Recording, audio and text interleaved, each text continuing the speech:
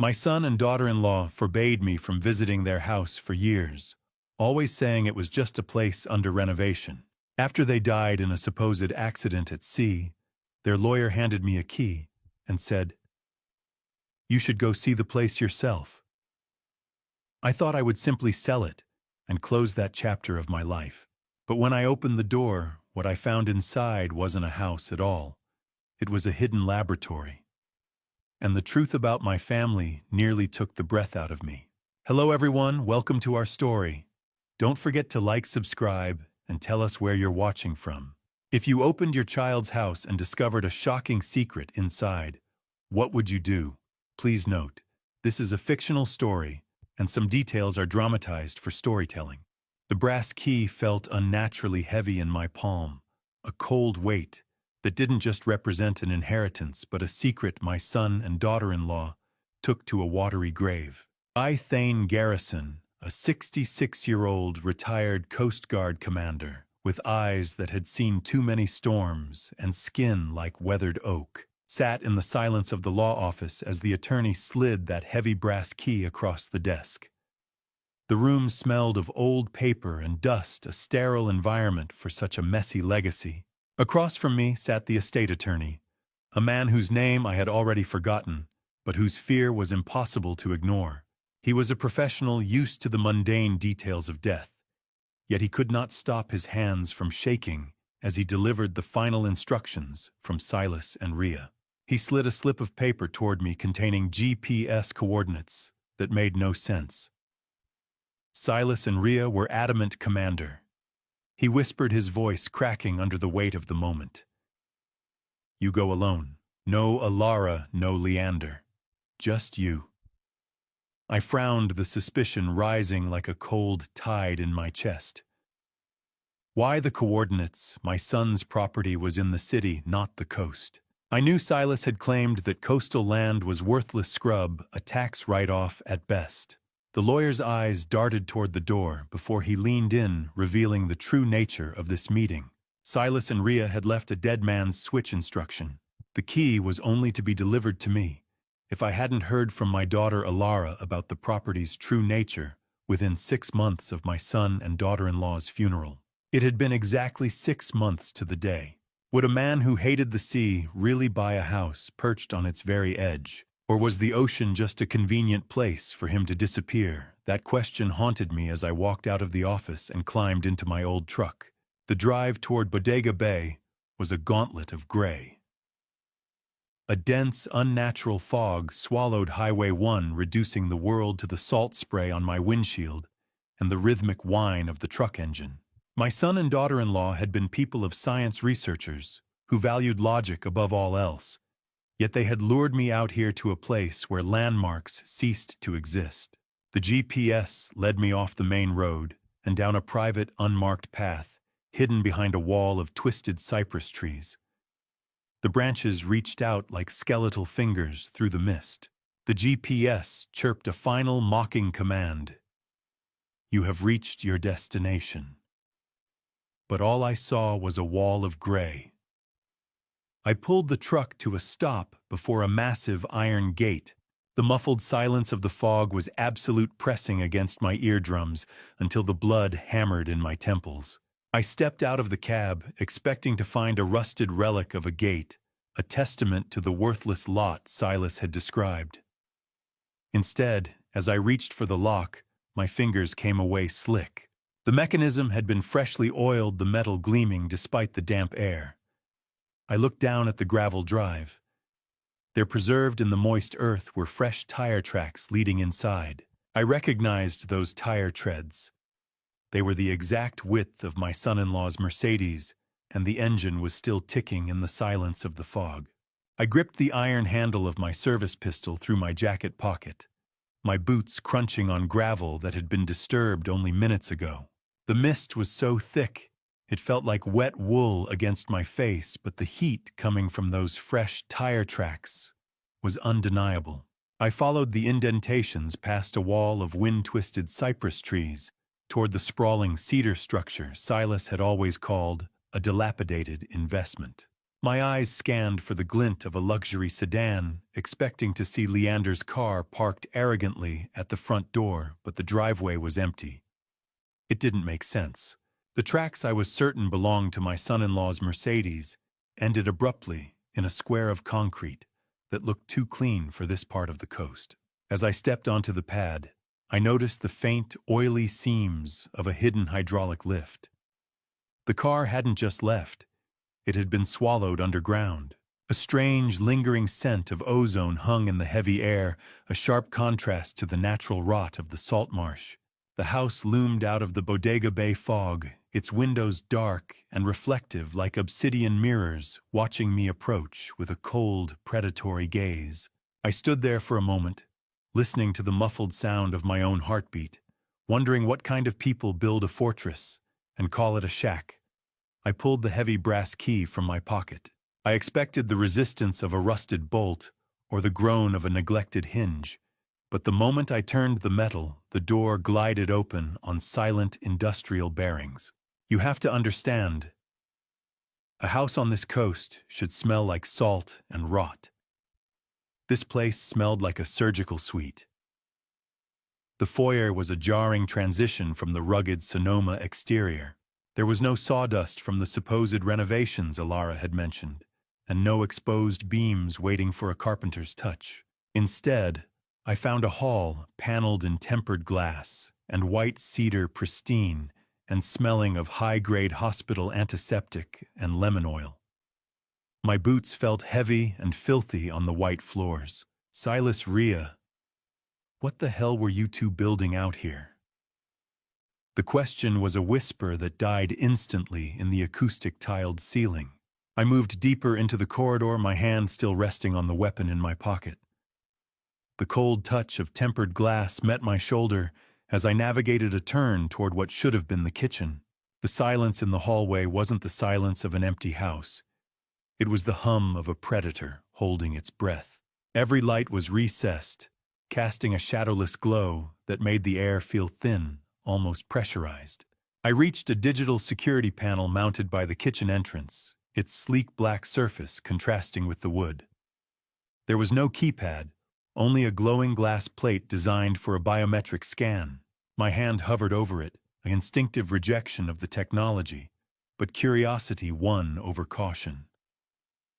I pressed my thumb against the glass, expecting a red rejection light and a siren. Instead, the screen flickered to life, displaying a line of text that sent a chill through my marrow. Emergency authorization, Commander Garrison. My thumbprint had been registered before Silas and Rhea died. The panel beeped green, and the entire wall of the library began to slide back, with the hiss of a pressurized seal revealing a world my son and daughter-in-law had died to keep in the dark. I stepped through the threshold, my hand instinctively going to the small of my back. But the sight before me didn't require a weapon, it required a miracle. The pressurized seal of the hidden library wall finished its hiss, leaving me standing in a state-of-the-art pediatric ward that gleamed with chrome and soft, recessed lighting. This wasn't a basement clinic. It was a billion-dollar fortress. 3 beds occupied the center of the room, each one a cocoon of advanced medical technology that looked far more sophisticated than anything I had seen in standard university hospitals. The air was thick with the sterile scent of ozone and antiseptic, a sharp tang that sat on my tongue like the metallic taste of adrenaline. As I walked deeper into the sanctuary of steel and glass, I noticed something that stopped me cold. One of the high-pressure ventilators humming beside the nearest bed bore a small etched brass seal from my own former Coast Guard unit. It was specialized search and rescue equipment that had been reported lost at sea during a training exercise 5 years ago. Silas and Rhea hadn't just been building a lab. They had been scavenging, pulling resources from the shadows to create this place. The silence of the room was broken only by the rhythmic hiss of ventilators and the soft, melodic chime of heart monitors casting a cold glow of blue LED light across the pristine floor. I felt a dawning realization that the son and daughter-in-law I thought I knew were only fragments of the people who had lived within these white walls.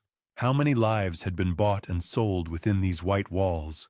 While I was busy thinking my son had just become another cold-hearted city doctor, the soft hum of industrial air filtration seemed to mock my ignorance. Suddenly, a woman in a lab coat emerged from a side lab, her face a mask of exhausted ferocity. Dr. Leonie Sterling, 44, a bioinformatics researcher with gray-streaked hair pulled into a tight bun, emerged from the shadows of the lab with a look of desperate hope that quickly sharpened into a threat. She pointed a small security remote at me with the steady grip of someone holding a detonator. "Don't move," she commanded, her voice thin but sharp. "I've already alerted the silent alarm." "Who sent you?" "Was it Pharmacore?" I held my ground, keeping my hands visible but away from my weapon, my voice carrying the calm authority of decades on a quarterdeck. "I'm Thane Garrison. Silas was my son. Rhea was my daughter-in-law. And I think you're the reason they were looking over their shoulders for 3 years." Her defensive posture softened slightly at the mention of their names, her thumb easing off the button. She looked me up and down, searching for a family resemblance in the dim light. I could see the suspicion battling with her exhaustion. She lowered the remote slightly, but her eyes remained wary, tracking every move I made. This wasn't just about security. It was about survival. She stepped closer, the blue light of the monitors catching the lines of stress around her mouth. "You need to understand something, Commander," she said, her voice dropping to a low, urgent whisper. "That silent alarm I mentioned, it isn't connected to the local police. It's linked to an offshore server. If I don't enter a safe code every 30 minutes, the entire research database, everything Silas and Rhea died for, is wiped from existence." She lowered the remote entirely, her eyes searching mine for a lie before she whispered, "Silas said you'd come eventually.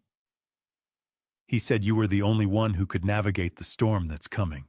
I watched the monitor flicker to life, my pulse hammering against my ribs as the faces of my dead son and daughter-in-law materialized through the digital static, their eyes reaching out from the grave. Dr. Sterling worked the console with a clinical speed that suggested she had played this footage 1,000 times. The blue light of the monitor reflected in my weathered eyes, making the deep lines of my face look like a map of a territory I no longer recognized. On the dusty television screen, Silas Garrison, a 41-year-old pediatric cardiologist, with a weary but warm smile, looked into the camera as if he knew he was recording his own eulogy. Beside him sat Rhea Garrison, 39, a forensic pathologist, with a gaze as sharp as a scalpel, her hand resting firmly on Silas's in a silent oath of solidarity. Silas took a breath, his voice steady despite the grainy digital texture of the recording. "Dad, if you're seeing this, the fog finally caught us. Don't look for us, look for the children." He explained the Protocol 7 medical rebellion, detailing how they had moved their research underground when Pharmacore attempted to buy and bury their cure for pediatric neuroblastoma. Rhea spoke, then her voice thick with the memory of our lost granddaughter Edith. "We aren't just doctors anymore, Thane. We're fugitives from a system that puts quarterly profits above a 6-year-old's heartbeat. We chose this path so other families wouldn't have to suffer our tragedy." "Doctor." Sterling leaned over the terminal, her voice a low rasp. "This wasn't just a stored file, Commander. This was being live-streamed to a secure satellite during the accident. Silas and Rhea knew exactly what was happening as the boat went down. They made sure the truth survived, even if they didn't. How many times had I sat at Sunday dinner with the very man who might have been counting the minutes until my son and daughter-in-law's lungs filled with salt water? The thought was a physical blow, more painful than any storm I had ever weathered at sea. The video took a darker turn as Silas revealed he and Rhea had been under constant surveillance. He warned that someone within our family circle had been leaking their coordinates to Pharmacore. He mentioned a broker, a shadow figure bridging the gap between white-collar consulting and black market enforcement. I watched my son's composed facade crack for a split second, revealing the sheer terror of a man who knew his time was running out. They offered us a golden parachute to walk away. Silas said, his eyes unfocused. When we burned the bridge, they decided to burn the boat. Check the foundations, Dad. The rot is closer than you think. The icy chill of the lab's air conditioning felt like the touch of a corpse against my skin. The smell of stale coffee and ozone seemed to thicken, making it hard to draw a full breath. My son and daughter-in-law didn't die of a storm. They died of greed. I leaned closer to the screen, freezing the frame, until the pixels screamed in protest of the magnification. As the camera had panned slightly during the final moments, it caught a blurred reflection in the window behind Silas. It was distant, partially obscured by the Bodega Bay spray, but the silhouette was unmistakable. I recognized the distinct silver trim of a black powerboat, a frequent rental used by my son-in-law, Leander Mercer. It was idling just outside the kill zone, watching the garrison name sink into the deep. The rage was a cold, familiar anchor in my chest. But as Dr. Sterling led me toward the glass partition of the ward, it was replaced by a hollow, aching sense of duty. I turned away from the frozen video screen. The image of Leander's silver-trimmed boat burned into my retinas like a brand. My hands were steady, a discipline earned from decades on the quarterdeck, but my mind was a storm. Dr. Sterling didn't give me time to drown in the grief. She pulled up the encrypted Protocol 7 data on a secondary tablet, the blue-white glare of the survival charts reflecting in the sterile glass. She explained that Silas and Rhea hadn't just found a treatment. They had engineered a way to trigger a systemic immune response that decimated neuroblastoma cells with an unprecedented 87% success rate. It was a miracle in a world of zero-sum care. However, the victory was fragile. She revealed that the therapy isn't just a drug. It's a living cellular treatment derived from Silas and Rhea's unique genetic markers combined through their research. This meant the cure literally died with them, unless the stored samples in this facility are protected at all costs. My son and daughter-in-law weren't just doctors, I whispered, staring at the soaring success curves on the monitor. They were revolutionaries. Statistics are just numbers, until one of them looks you in the eye and asks for a cookie. I felt that truth the moment we stepped into the clinical ward. The air here changed, smelling of sterile lavender and apple juice rather than ozone.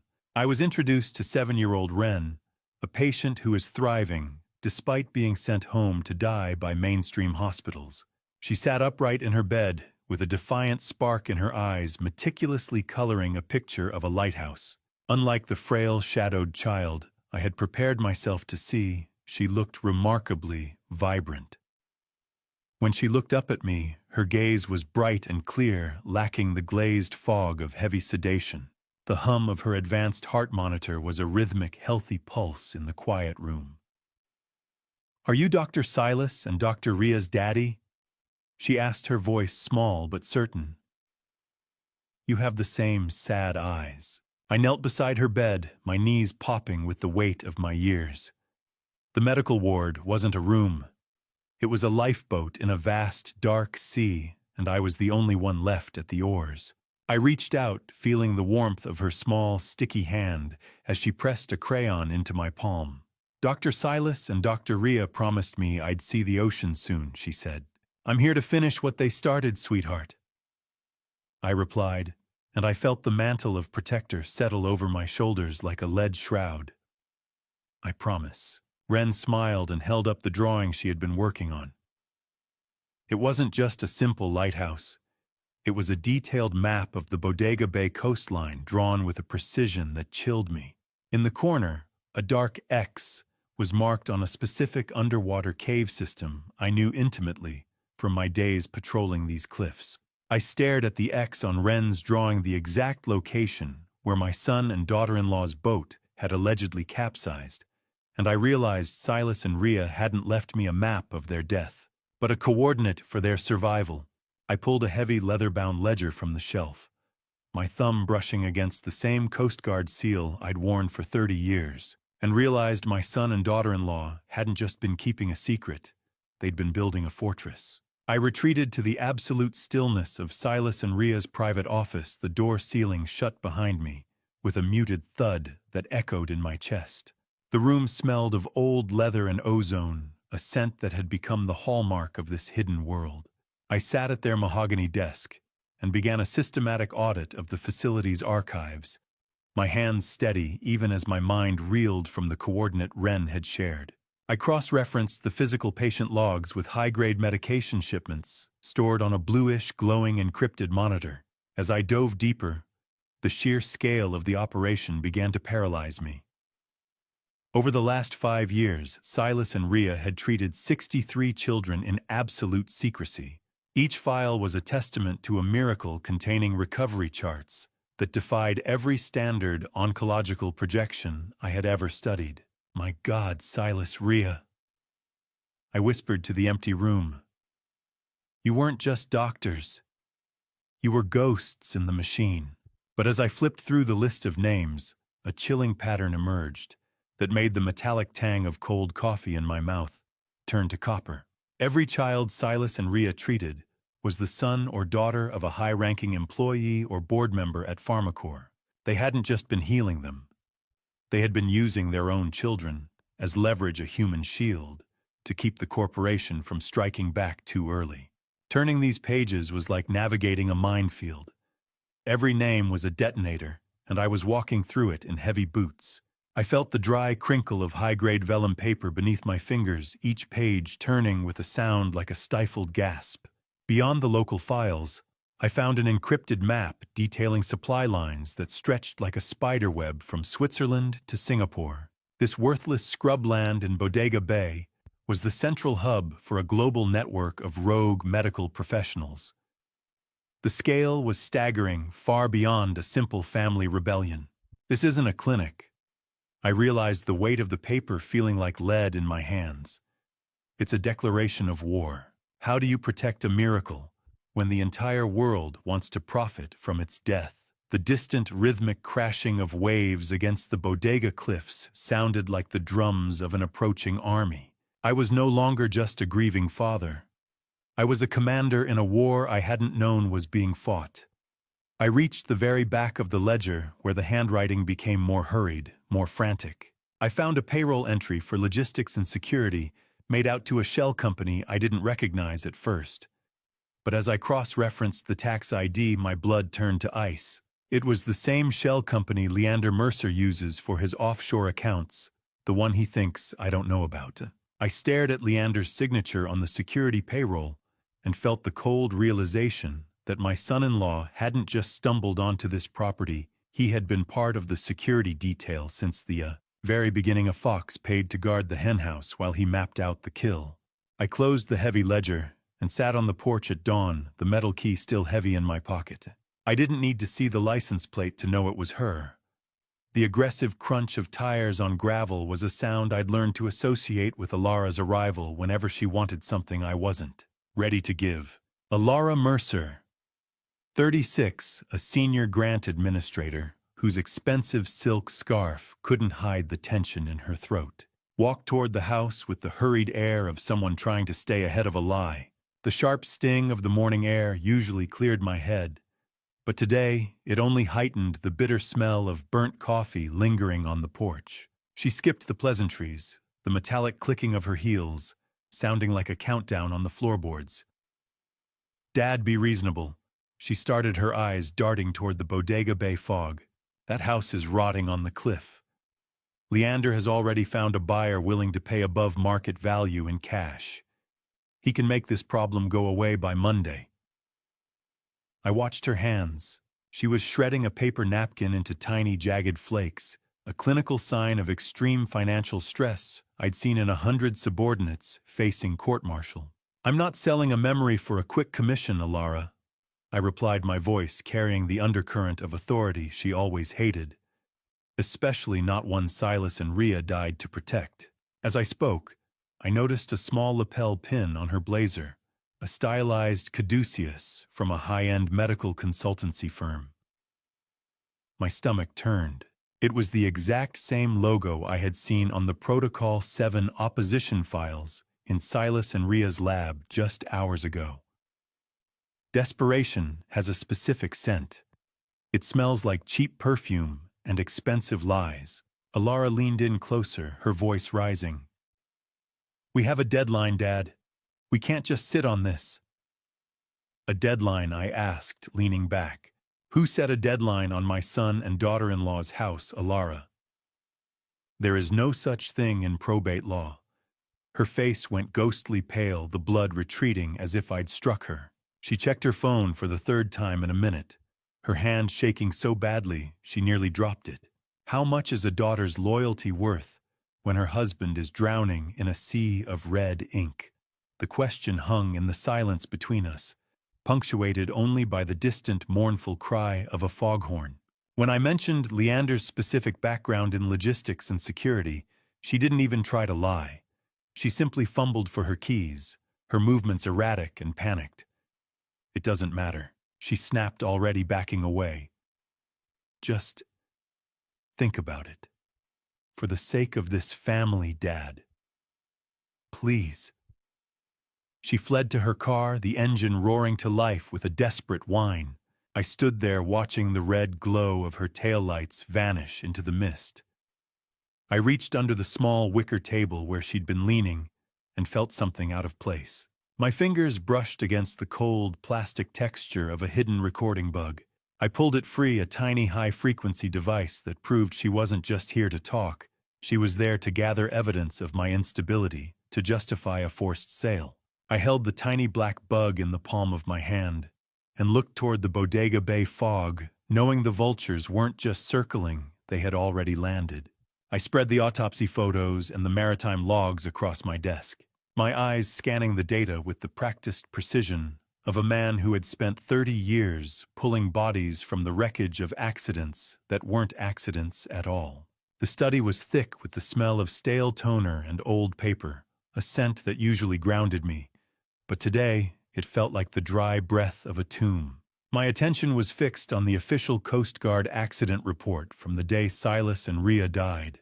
I cross-referenced the reported wave heights and wind speeds with the specific keel design of my son's 34-foot Catalina. The logs claimed a sudden squall had overwhelmed the vessel, yet the data told a different story. A 12-knot gust doesn't flip a boat of that class, Silas Ria.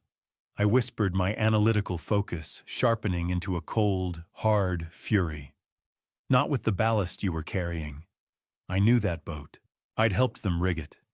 As I dug into the signature on the initial clear report, I found a name that made the metallic tang of blood rise in the back of my throat: Ensign Miller. He was a junior officer I had personally discharged for taking bribes from commercial trawlers years ago. Seeing his name on the sign-off was a confession in itself. He was exactly the kind of low-life Leander Mercer would have on a permanent payroll to make inconvenient truths disappear. The ocean never lies. People do. I moved from the logs to the high-resolution forensic photos of the bodies. The grainy, pixelated texture of the images on my screen blurred for a moment as I fought back a wave of grief, but I forced my eyes to stay open. I ignored the water damage and the pale, bloated skin, focusing instead on the deep, circumferential bruising around their wrists and ankles. The medical examiner had labeled these as impact trauma from hitting the rigging during the capsize, but I'd seen enough maritime violence to know better. Rigging doesn't leave clean, perfect circles, you lying bastards. These were the specific tension marks left by heavy-duty nylon zip ties. You tied them to their own ship before the hull ever touched the water. How many other accidents had Pharmacorp paid for to keep their billion-dollar chemo monopoly afloat? The question hammered in my head, alongside the low hum of the desktop computer. I checked the GPS log again and found a massive discrepancy. The boat had been scuttled in a deep-water trench where the wreckage was never intended to be found. The plan was for them to vanish into the silt, but a local current shift, one that only a seasoned navigator would have anticipated, had pushed the bodies toward the shore 3 days later than the killers had planned. Their own hubris had left me the evidence I needed. I leaned back, my hand trembling slightly, as I reached for a magnifying glass. I looked back at the photo of my son's wrist, then at the grainy surveillance photo of the rental boat Leander had taken out from the marina that same day. I zoomed in on the deck of the powerboat, and there it was, sitting in a messy coil near the transom. It was a length of the exact same blue-flecked nylon rope that had left the signature on Silas and Ria's skin. The vultures hadn't just landed. They had left their calling card in the very rigging of the murder. I didn't wait for the bell above the door to stop chiming before I locked eyes with the pharmacist, my hand heavy in my pocket on the folder of autopsy reports that proved he'd been sending my son more than just vitamins. The clinical powdery smell of the pharmacy was a thin veil over the rot I was starting to uncover in this town. Miller, the town's local pharmacist with nervous eyes and hands stained yellow from chemicals, stood behind the counter like a man waiting for a sentencing. The squeak of my boots on the linoleum sounded like a jury's verdict in the absolute silence of the shop. I didn't bother with a greeting. I laid out a list of high-grade oncology compounds I'd found in Silas's lab and watched Miller's face go the color of chalk. Silas was a good man. Thane, he stammered, his yellowed fingers twitching against the register. I was just helping the kids. We both knew he was lying. Good men don't ask you to cook the books, Miller, I said, my voice dropping into the low, disciplined frequency of a commander's interrogation. They don't have to. I watched his composure dissolve. His breathing became shallow, and he started to sweat, the moisture beading on his forehead, despite the air conditioning. He knew exactly what I was holding evidence that his license and his freedom were now on my desk. Miller looked at the door, then signaled for me to follow him into the back office. The shift was sudden, a transition from public denial to private desperation. He revealed that Silas wasn't just buying medicine. He was returning samples of the Protocol 7 serum for Miller to hide in a temperature-controlled vault under the floorboards, fearing a raid at the estate. In this town, the fog hides the houses, but the ledger hides the sins. Miller pulled out a yellowed, curling, handwritten ledger that had never touched the digital system. He explained that Silas was paying 3 times the market rate, but the money didn't come from Silas's accounts. It came via courier. Miller described a specific interaction where a man in an expensive suit matching Leander's description perfectly hand-delivered a cash premium to ensure certain vials remained untraceable. The tall one with the Mercedes. He told me it was all part of a corporate-sponsored trial, Miller whispered, his eyes darting to the security monitor. He was buying your silence, Miller. I replied, a cold resolve hardening in my chest. And my son's life was the tax. How many miracles were sitting in a basement while my son-in-law was upstairs counting the cash for their destruction? The realization sat like lead in my stomach. Miller knelt and pried up a section of the floor, revealing the cold metal of the hidden vault handle. As the door creaked open, the smell of ozone and medicine wafted up, but it was the small white scrap of paper attached to the last shipment that stopped my heart. I reached down and picked it up. Leander is asking about the cold storage. Don't tell him. The note was written in Ria's panicked, frantic handwriting, the jagged slant of the letters a scream from the past.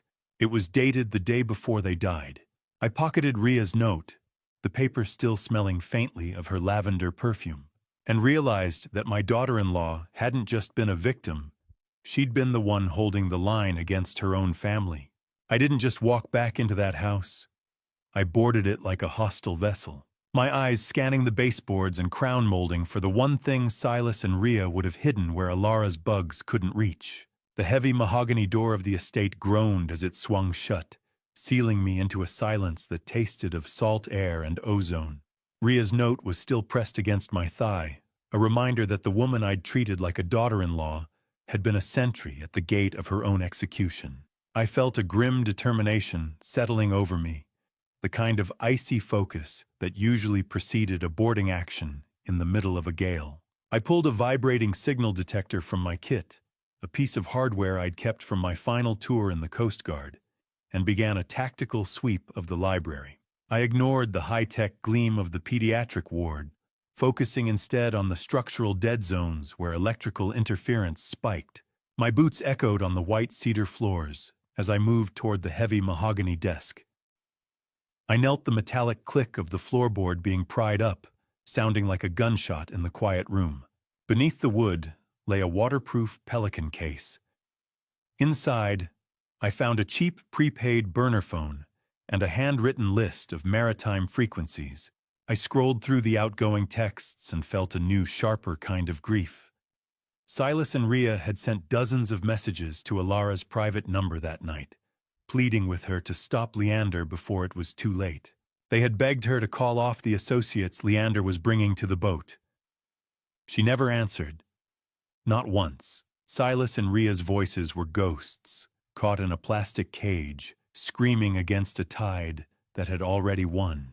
I sat in the dark, the only light coming from the phone's small blue screen, and pressed play on the final saved message. The audio was static-heavy, a distorted rasp of Silas's voice fighting against the roar of wind and crashing waves. "Dad, if you find this, we tried to warn you. Leander isn't just a gambler. He's the cleaner.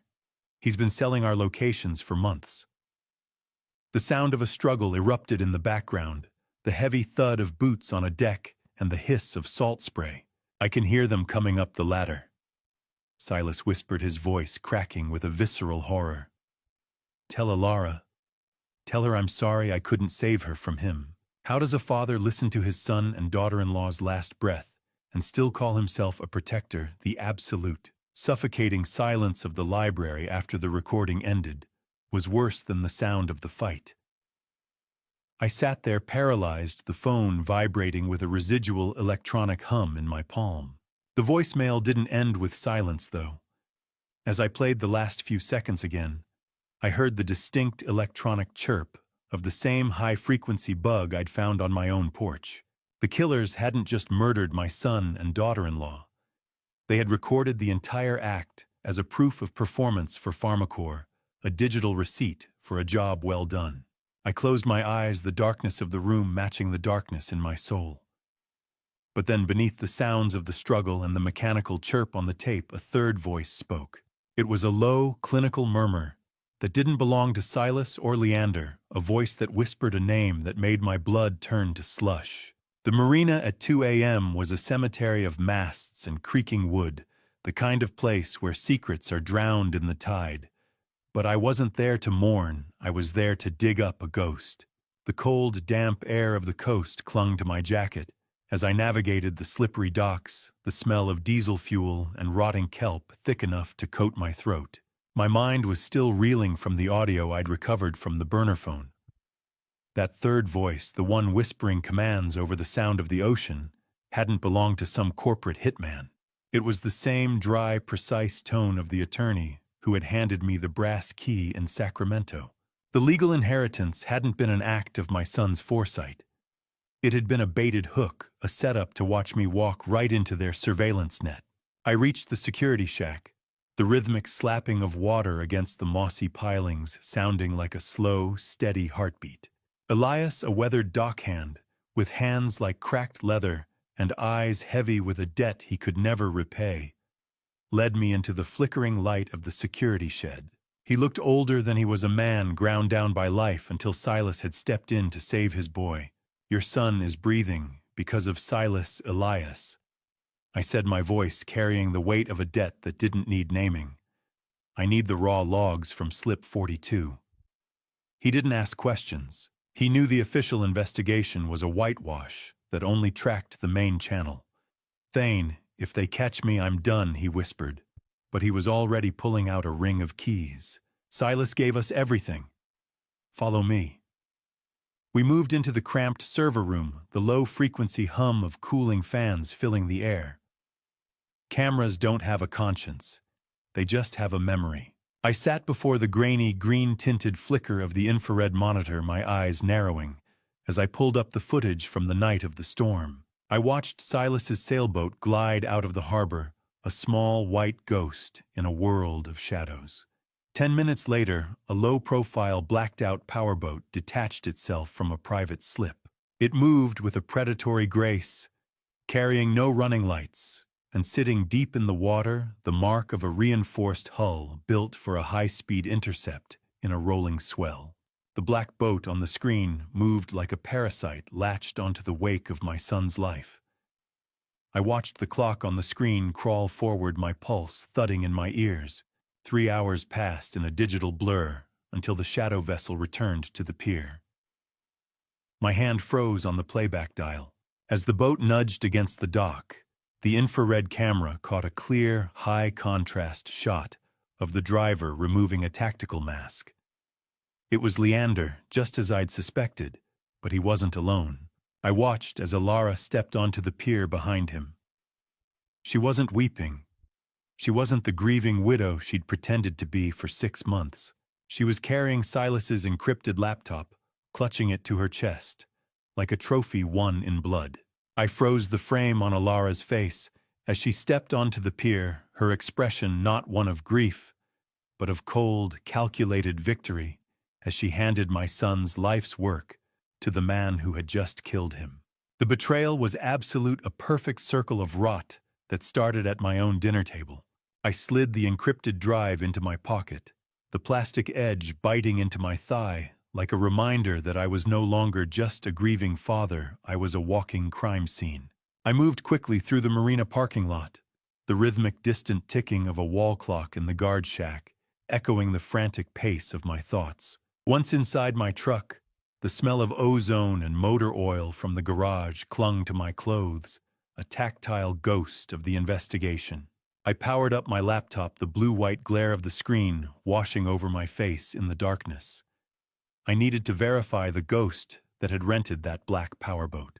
I used the truck's secure satellite link to cross-reference the alias David Morrison found on the marina rental receipt. It didn't take long for the cold truth to surface. The identity was a patchwork of stolen data built using the social security number of a deceased Coast Guard veteran who had served under me 2 decades ago. My pulse hammered in my temples. You used one of my own men to kill my son Leander. You didn't just cross a line, you burned it. He'd been mining my personal service records, desecrating the memory of the dead to create untraceable shell personas. As the decryption software finished its work on the marina files, a secondary notification pinged. The data revealed an active GPS signal from Silas's laptop, the one I had just watched Alara carry off the pier. The tracker showed it was currently powered on the signal localized inside Alara and Leander's master bedroom. The morning sun wasn't a sign of hope. It was a spotlight hitting the wreckage of my family. Seeing that ping felt like a physical violation. I sat there in the cab, the cold, damp fog pressing against the windows, as I watched that little green dot pulse on the map. My daughter didn't just ignore the texts. She sold the phone. She sat in her house with the spoils of a murder, while I was left to sift through the ashes. I drove back home as the sun began to bleed through the gray Bodega Bay mist. I didn't go to the kitchen for coffee. I went straight to my basement study. I retreated to the far corner and opened a heavy fireproof safe hidden behind a false workbench. I meticulously cataloged the day's haul, the digital drive, the verified alias report, and Ria's lavender-scented note. "This isn't enough for a courtroom yet," I muttered, my voice sounding hollow in the small room. "Not with their lawyers. I need the money trail. If I went to the local police now, the PharmaCorp connections would ensure this evidence disappeared before it ever reached a judge's bench. I had to be the investigator, the prosecutor, and the jury. As I reorganized the rental boat agreement, my fingers brushed a seam I hadn't noticed before. I peeled back a hidden compartment in the back of the paperwork and found a digital signature from the PharmaCorp Security Division. It was an explicit authorization for the retrieval of proprietary biological assets. They hadn't just been hunting Silas. They had been checking boxes on a corporate balance sheet. I slammed the safe door shut and spun the dial, the heavy thud of the bolts echoing in the empty house like a hammer on a coffin nail. The sound was final. The man who had entered this study was gone, replaced by a commander preparing for his final engagement. How much does it cost to buy a man's soul and have him murder his own family, according to the numbers appearing on my secure monitor. The price of my son and daughter-in-law's lives was exactly $500,000. I sat in the oppressive silence of my basement study, the heavy thud of the safe bolts from moments ago still vibrating in the back of my mind. The dark room was illuminated only by the green glow of the terminal reflecting in my glasses, casting long, skeletal shadows against the false workbench. My fingers moved with a rhythmic tapping across the keys as I initiated a secure channel to a ghost from my past. Red had been a lead forensic accountant for the Coast Guard Investigative Service before he decided that the dark web offered a more honest living. I fed him Leander's social security number and the shell company name I'd unearthed from Silas and Ria's secret ledger. I need a full financial autopsy on Leander Mercer. I typed my jaw tight. Start with the David Morrison alias. The metallic smell of the computer tower's cooling fans filled the small space while I waited. Red's response appeared in a scrolling blur of crimson text. Thane, this guy isn't just in debt. He's underwater in a trench. He's been bleeding out for years. I watched a progress bar crawl across the screen as Red bypassed the firewalls of offshore gambling sites and predatory equity firms. The truth that emerged was a staggering portrait of greed. Leander had acquired a massive $850,000 debt, not through bad luck, but through a calculated gamble. He had purchased heavy short sell options against Pharmacore stock. He wasn't just working for them. He was betting that the company would crash the moment he delivered Silas and Ria's research to be buried forever. Leander's bank statements read like a suicide note written in ink and greed. He had lost everything on high-stakes offshore baccarat and failed commercial real estate flips. He was a man with a noose around his neck, and he'd decided to use my son and daughter-in-law's lives as the stool to stand on. You want to know the difference between a predator and a father? A predator knows exactly what your life is worth in cash. A father doesn't realize there's a price tag until he's looking at a wire transfer. Red hit the mother lode at midnight.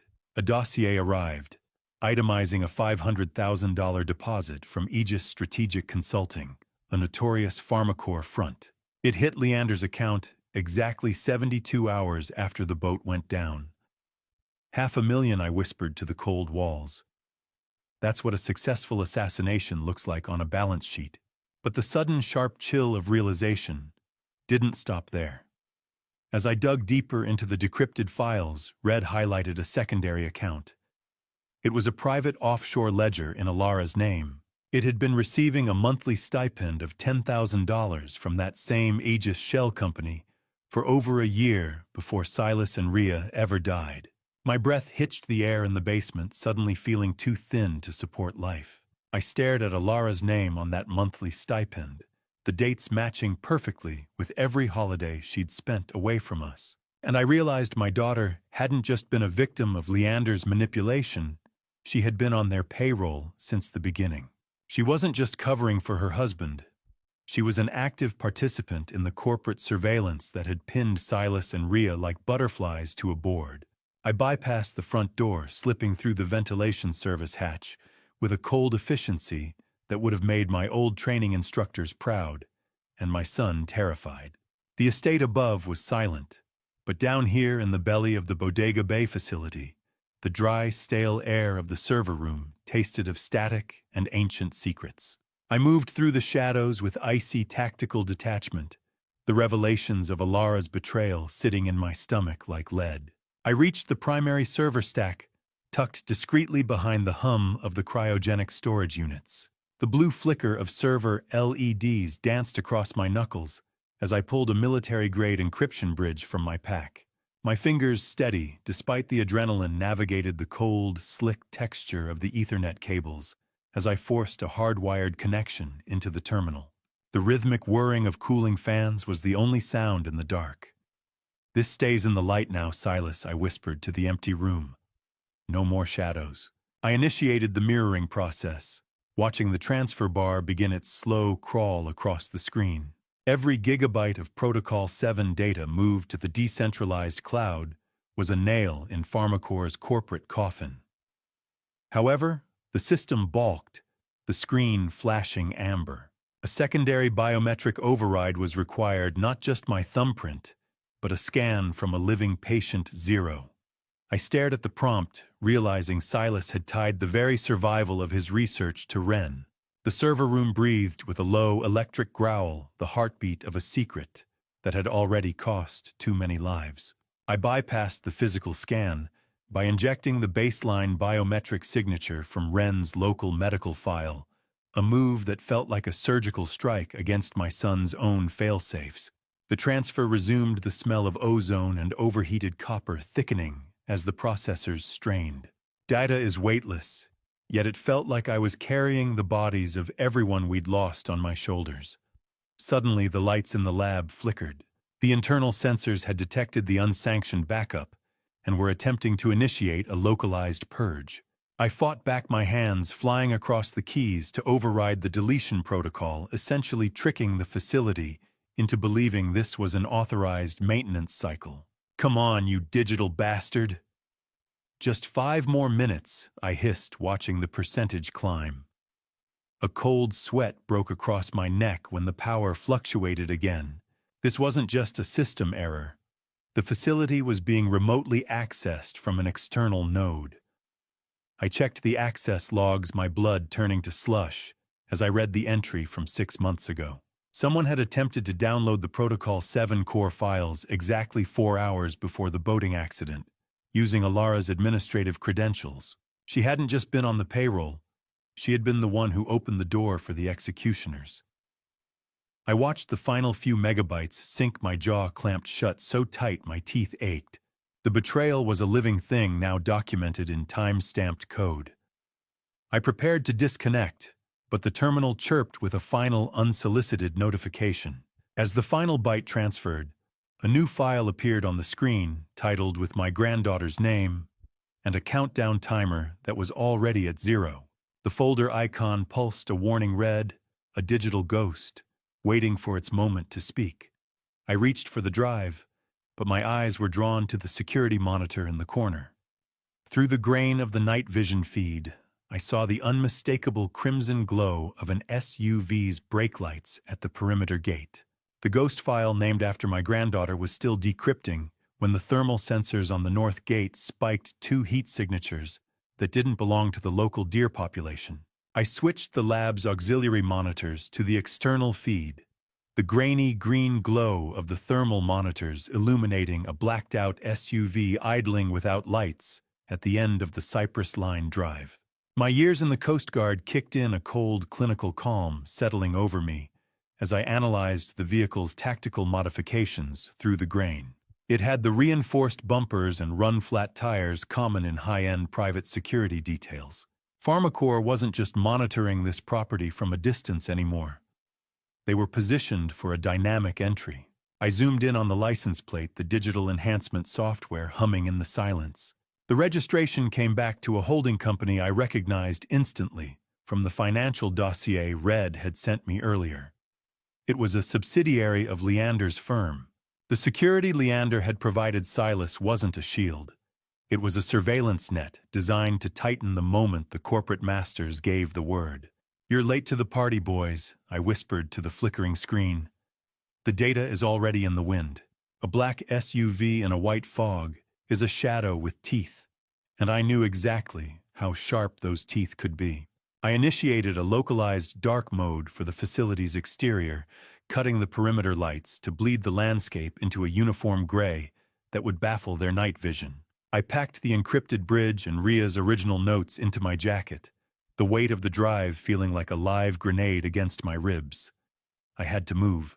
I watched the monitor one last time as a man in a tactical headset stepped out of the vehicle, his red dot laser sight sweeping the cypress trees as he moved to inspect the gate lock I'd recently oiled. How many times had Leander sat at my table while his associates were outside mapping the path to my son's murder? The thought was a physical weight, but I pushed it aside, choosing tactical focus over the luxury of rage. I retreated toward the back of the lab, entering a narrow, damp drainage tunnel that Silas had meticulously mapped out as an emergency exfiltration route. The claustrophobic smell of wet concrete and old earth pressed in on me as I moved, the only sound, the rhythmic thud of waves against the cliffs outside. My boots made no sound on the slime-slicked floor. I crawled through the darkness, the air getting colder and saltier, until the tunnel opened onto a narrow ledge above the surf. The cold bite of sea spray hit my face like a slap. I climbed down to the beach, the sand sucking at my boots in the dark. I scanned the shoreline, expecting to be alone with the tide. But then I stopped.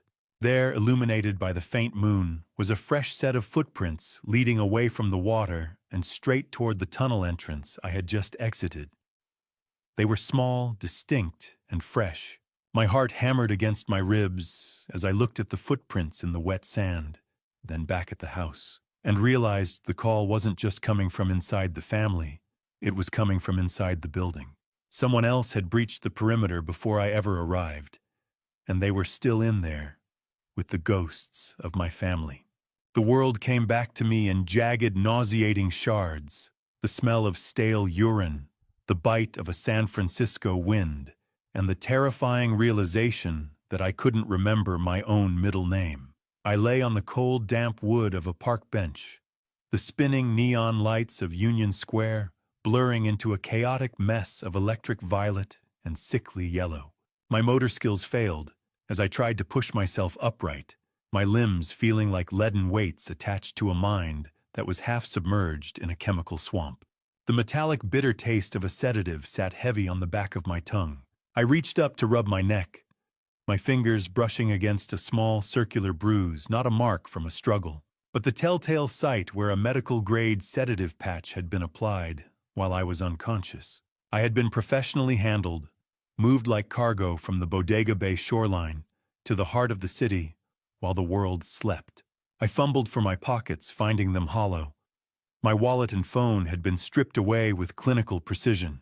However, as I slid my hand along the inner seam of my trousers, I felt the hard, rectangular edge of the encrypted drive still taped to my inner thigh. It was the one place the kidnappers hadn't checked a small mercy in a morning of horrors. I tried to focus on a landmark, but the street signs were a smear of white ink. "Focus, Commander." I whispered the words, sounding like dry gravel in my throat. Horizon heading depth. Focus. Being drugged is like being buried alive in your own skin. You can hear the dirt hitting the coffin lid, but you can't lift your hands to stop it. I watched a police cruiser glide to the curb, its blinding white and blue strobe lights slicing through the San Francisco fog. Immediately behind it, a familiar silver sedan screeched to a halt. Alara rushed toward me before the officers could even clear their car doors. She was sobbing a high, frantic sound that set my teeth on edge. "Oh, thank God you found him," she cried, her voice carrying the cloying, familiar scent of her expensive perfume as she threw her arms around my unresponsive shoulders. "Dad, why would you leave the house without your coat again? Why would you come all the way here?" I tried to push her away to tell the officers about the beach, the SUV, and the chemical patch on my neck, but my tongue felt like a piece of dead meat. I wasn't. She's lying. The water. I slurred the sounds coming out as a rhythmic, nonsensical groan. Alara turned to the officers, pulling a thick medical file from her bag. "I'm so sorry," she told them, her eyes brimming with a practiced, heartbreaking sorrow. "He has early onset dementia. We've been trying to keep him at home, but he's been prone to wandering, especially since my brother died. He gets confused about the Coast Guard. How do you fight a lie when the liar is wearing your own daughter's face?"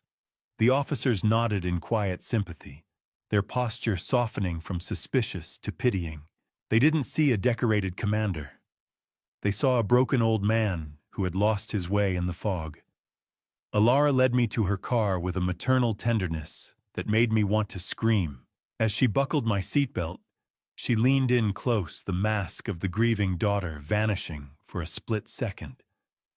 "The police aren't just here to help Dad," she whispered in my ear, I've already filed the first safety concern report with the medical board. It's over. Let's get you to a nice, quiet room where you can't hurt anyone else. I shuffled through my front door with the exaggerated, shaky gait of a man who'd lost his grip on reality, but behind the mask of senility. My mind was mapping every blind spot in the house, like a sniper prepping a nest. Alara was right behind me, her hand firm on my elbow, guiding me as if I were a piece of fragile porcelain. I let her lead me into the kitchen, keeping my head bowed and my gaze unfocused. Once she had me settled in a chair, she began to move around the room with a clinical efficiency, her face a mask of practiced concern. "I just can't remember where I put my glasses, Alara," I muttered, making sure to slur the edges of the words. "It's all so fuzzy." She patted my hand, the cloying scent of her perfume clashing with the bitter chemical smell of the toxin reagent I'd hidden in my palm. "Don't worry, Dad," she said softly. "I'm here now. I'll handle everything. Just drink your water." She poured a glass from my open bottle on the counter and set it before me. I waited until she retreated to the living room to make a phone call. Then I pulled a clandestine detection kit from under my sleeve. I tested the water and the residue in the coffee machine. The strip turned a deep, bruised purple, a high-affinity benzodiazepine derivative. It was a professional extractor's tool, designed to induce amnesia and disorientation without leaving a trace in a standard toxicology screen. My blood turned to ice when I checked my daily pill organizer. Alara had already replaced my heart medication with inert placebos. She wasn't just waiting for me to fade. She was actively dismantling my physiology to ensure my mental decline was permanent. A home is a sanctuary until the person holding the key wants you dead. I spent the next few hours under the guise of cleaning up, moving with a sluggishness that masked my tactical precision. I began installing the micro-aperture high-definition cameras I'd acquired under a shell name weeks ago. I hid them in the smoke detectors, the air vents, and within the spine of a hollowed-out book on the shelf. The tiny, needle-sharp lenses were invisible to the naked eye, creating a 360-degree surveillance net. I routed the data through an old Coast Guard satellite bounce to bypass the home IP address, the high-pitched whine of the encryption bridge, a comforting song of resistance in the silent house. How many accidents start with a glass of water and a daughter's worried smile? I moved to the foyer to set the final sensor, looking through the curtains at the street outside. 2 blocks down, a black SUV sat idling its windows dark. The vultures from Bodega Bay had followed their prey to the city. I returned to the basement, the cool, dry air helping to steady my breathing as I powered up my tablet. "You think I'm the one who's blind, Alara?" I whispered, as the screen flickered to life. "But I've never seen more clearly." The grainy, blue-tinted light of the monitor showed the house in stark detail. I watched the first live feed catch Alara in the living room. She was no longer crying or acting the part of the devoted daughter. She looked sharp, cold, and utterly detached as she pulled a burner phone from her purse. I watched her lips move, mouthed with a terrifying clarity. "Tonight." My heart hammered against my ribs like a trapped bird. The trap was set, and the bait was finally watching the hunters. I lay in the dark, my heart a heavy rhythmic drum against the mattress, waiting for my own daughter to walk through the door and try to kill me. The house was a tomb of silence, or so Alara believed, as she used her emergency key to bypass the deadbolt at 1 a.m. I didn't reach for my service weapon. Instead, I reached for my phone, watching the eerie green and black flicker of the night vision feed from the kitchen camera. Alara moved with a practiced, haunting silence, her face illuminated by the cold blue glow of her own smartphone. I watched her reach for the stove. With the clinical detachment of a scientist, she meticulously turned each gas knob, ensuring the pilot lights were extinguished first so that the sudden, sharp hiss of gas escaping the burners remained uncombusted. She paused for a moment, her ghostly silhouette looking toward my bedroom door, and I felt a soul-crushing betrayal that no storm at sea could ever rival. I soon realized the message I had intercepted earlier wasn't just about the stove.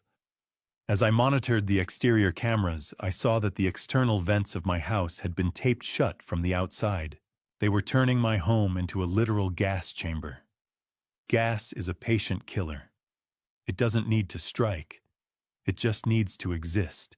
It fills the lungs like a silent tide rising until there is no room left for the soul. I waited perfectly still as the sharp, rotten egg smell of natural gas began to seep under my bedroom door, thick and suffocating. I heard Alara's car pull away, the gravel crunching beneath her tires like the closing of a casket. Only then did I spring into action. I donned a localized breathing apparatus I had retrieved from the hidden lab. The cold rubber seal of the mask pressing against my face with a reassuring firmness. Is it still murder if the person holding the knife shares your DNA? Or is it just an extension of a failed bloodline? I asked myself, the thought echoing in the hollow space of the mask. I didn't just open the windows. I deployed a heavy-duty industrial fan to clear the air, all while recording the specific gas levels on a digital sensor. I needed proof that the concentration was lethal, a digital receipt for her intent. You didn't even hesitate, Alara, I whispered into the darkness. You just turned the dial. I retreated to the basement to review the full exterior footage, and that was when the final shard of my heart disintegrated. Helping Alara seal the vents was a second figure, Leander Mercer. He was holding a medical bag, the very one that likely contained the sedative used on me in San Francisco. I watched the playback of Leander checking the seal on the bedroom window, his face a mask of predatory boredom. He turned to my daughter and mouthed 3 words that confirmed any mercy I'd been holding on to was a desperate lie: make it look easy. I sat there in the dark, the breathing mask still hissing, watching the loop of my family preparing my execution. I was no longer just a father or a victim. I was a survivor who had already seen the end of the world and decided to keep walking through the wreckage. I sat in a room that still tasted of sulfur and betrayal, forcing my hands to shake, as Alara's key turned in the lock, welcoming my would-be executioner back for breakfast. The morning sun hit the kitchen floor where the gas was left running just hours ago, and I had gone through the exhaustive effort of making the house look like the site of a confused, near-fatal mistake. I'd burned 2 slices of bread, filling the air with a smell of burnt toast to mask any lingering scent of methane. When she entered, I greeted her with a hollow, unfocused stare. My shoulders slumped to hide the tactical tension in my frame. I think I left the tea on Alara, I said, my voice thin and trembling. My head, it feels like it's full of wool this morning. I watched her eyes immediately dart toward the stove knobs she had turned herself the night before. I saw a momentary flash of frustration in her gaze when she noticed the windows were wide open, a variable she hadn't accounted for in her plan to find a corpse. She pivoted instantly, her face shifting into a mask of maternal concern. "Dad, this is the 3rd time this week," she said, her tone sharp with high-pressure gaslighting. "You almost blew up the neighborhood. You're not safe here anymore." I reached for a piece of charcoal black toast, my fingers fluttering as if I lacked the strength to hold it. Alara didn't hesitate. She produced a stack of glossy clinical brochures for a place called the Gilded Pines. I knew the name. It was a high-security memory care facility under the PharmaCore umbrella, a corporate-owned waiting room for those they needed to disappear quietly. "Leander says they have the best doctors," she said, sliding the brochures across the table. Her hand felt like an artificial warmth on my shoulder, heavy and proprietary. "You'll be happy there, Dad. No more accidents." I looked down at the pictures of smiling seniors and manicured lawns, realizing the pen she was handing me was unusually heavy. It was a cold, metallic weight that felt out of place. My son's research into biometric security flashed in my mind. The pen was a scanner designed to capture my signature and fingerprint simultaneously for an immediate, irrevocable transfer of power of attorney. A daughter's kiss on the cheek can be more lethal than a bullet if her heart is made of ice. She leaned in closer, the rhythmic ticking of the kitchen clock, measuring the final seconds of my supposed freedom. How many times had I taught her to be brave, only for her to use that courage to bury her own father. "If you think it's best, honey," I whispered, projecting a broken, frightened submission. "I just want to stop being so confused." I took the pen and began to sign the voluntary commitment papers. I moved the nib across the page with slow, deliberate precision. I wasn't signing my life away. I was writing in a maritime distress script, a subtle, coded variation of my signature that my bank and my personal lawyer were specifically trained to recognize as an authorized signal of coercion. She took the signed papers with a triumphant smile, unaware that the ink on that page was the first step in the legal noose I was tightening around her neck. She stood up already, tucking the documents into her bag, as if she were checking off a task on a corporate spreadsheet. "We'll get you packed soon," she said, her voice bright with victory. The doorbell didn't just ring. It sounded like a depth charge exploding in the quiet of my hallway, announcing that the legal war for my soul had officially begun. I stood in the foyer, forcing my posture to sag, letting the weight of the previous night's staged trauma show in the lines of my face. When I opened the door, the morning air felt heavy, carrying the low, distant rumble of a city bus passing by. A man in a cheap windbreaker stood there, thrusting a thick envelope toward my chest. I felt the dry, paper-cut sting on my thumb as I took the petition. The sharp, clinical smell of fresh toner on the legal papers wafted up a scent that usually meant order, but now smelled of a meticulously planned execution. I scanned the first page, a formal petition for emergency guardianship and an immediate asset freeze. I looked at the man, making sure to let my hand tremble. "I don't understand," I whispered, my voice cracked and small. "Why would my daughter do this?" The man didn't look like a professional process server. His eyes were hard, scanning my hallway for valuables, and his knuckles were scarred. I recognized the type, a low-level enforcer for the same debt collection group Leander owed money to Cent, to intimidate me under the guise of legal service. "Just the messenger, sir," he grunted, already turning back to his car. "You have a hearing in 72 hours. The heavy, ominous thud of the front door closing behind him punctuated the start of my countdown. I retreated to my study and locked the door. Paper is the only weapon that can kill a man without drawing a single drop of blood. I read through the affidavits signed by Alara and a neutral medical evaluator. They'd used the drugged park bench incident and the staged gas leak as primary evidence of my rapid cognitive decline. It was a perfect trap, built on the very crimes they had committed against me. My mind was already dissecting the legal loopholes as I turned to the computer. The blue-white glare of the screen in the darkened study was the only light as I began to trace the independent medical board complaint that had triggered the state's interest. I reached out to my old Coast Guard contacts, bypassing the surface-level bureaucracy. The digital origin of the complaint led straight to a terminal inside the executive wing of City Hospital. How many lives had Gregory Vance traded for that corner office and a seat on the board of a killer? I found the records I needed. Vance had received over $3 million in consulting fees from PharmaCore shell companies over the last fiscal year. "So you're the one who signed my son's death warrant for a bigger bonus, Vance." I muttered, my heart hardening into a cold, predatory focus. I looked closer at the hospital's organizational chart. The final piece of the puzzle clicked into place with a sickening sense of symmetry. Gregory Vance was actually the biological father of the attorney who had handed me the keys to the Bodega Bay estate. The circle of betrayal was complete, stretching from the legal system to the medical board. I looked at the photo of Vance on the screen and realized he wasn't just a corrupt executive. He was the one who had authorized the logistics and security payments to Leander's shell company 6 months before Silas died. They hadn't just murdered my son. They had commoditized the aftermath.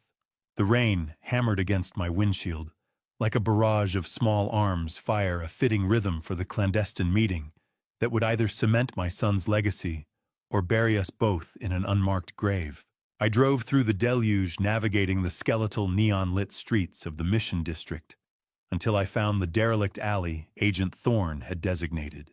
I pulled up behind a black, surveillance-proof SUV that sat idling like a predator in the tall grass.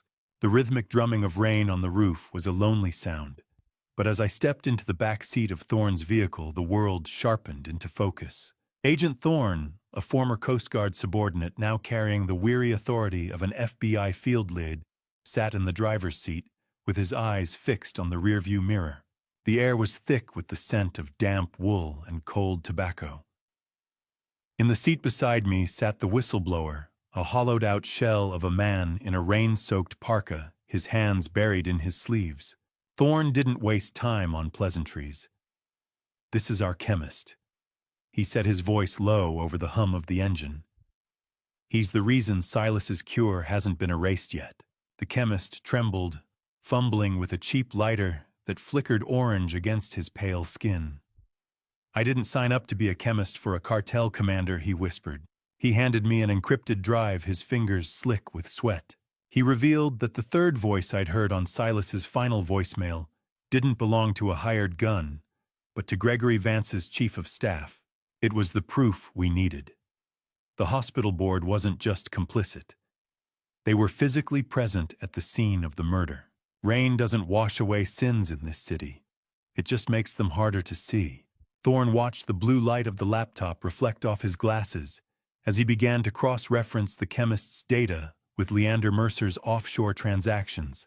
"Before I reveal the detail that changes our strategy, are you still with me?" Comment A, if you think Leander is the mastermind, or B, if he's just another pawn, and add one short reason so I can see your perspective. Please note what follows contains recreated details for narrative purposes. The message is what I hope stays with you. Thorne's face hardened into a mask of lethal resolve. "The paper trail is solid, Thane, but we need the voice. We need him to brag about the payout to make this stick in a federal court." He officially authorized a protection detail for the Bodega Bay facility, but the mission for the confession fell on me. "I've spent 30 years watching men drown," I told him, the metallic cold of the wire device he handed me feeling like a garrote in my palm. "I know exactly how to make a rat talk when the water starts rising." Thorne's SUV was a tiny bubble of justice floating in a sea of corporate corruption, and for the first time since the funeral, I felt the tide starting to turn. As the whistleblower finally pushed back his hood to wipe the rain from his eyes, I froze. The man sitting across from me was the same journalist I had caught photographing my house weeks ago. He hadn't been a threat. He'd been a mole trying to find a way out before the ceiling collapsed. Thorne handed me the wire, a thin coil of copper that felt like a garrote, and I knew that the next time I saw Leander, one of us wouldn't be walking away. The safe house smelled of burnt coffee and high-end server racks, a sterile tomb where Thorne began peeling back the layers of a corporate execution plan that read more like a declaration of war than a business strategy. I watched the bluish flickering of multiple server monitors as Thorne's fingers flew across a terminal, the low-frequency hum of a heavy-duty encryption bridge vibrating through the floorboards. We had retreated here to decrypt the neutralization order recovered from the whistleblower, and every line of code that cracked felt like a cold finger tracing my spine. Thorne finally bypassed the last firewall, revealing a memo titled Operation Ghost Tide. It was a tiered strategy: first, the acquisition of my son's research; second, the neutralization of the researchers; and third, the guardianship of me to secure the physical property. I stared at the screen, my blood turning to slush. The neutralization order even included a contingency for me.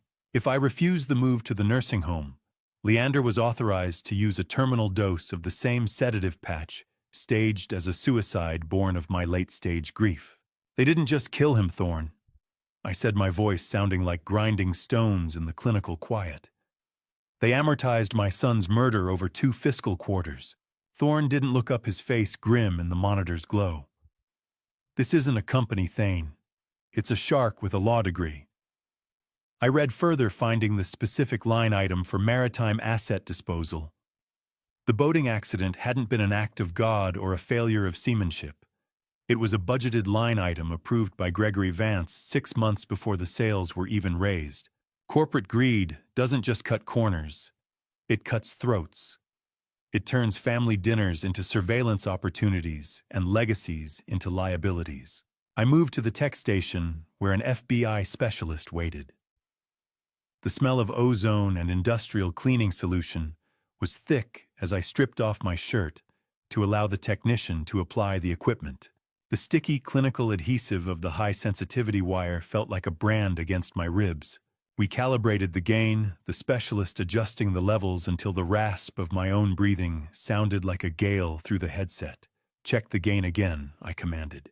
"I need every breath, every arrogant syllable when Leander admits to it."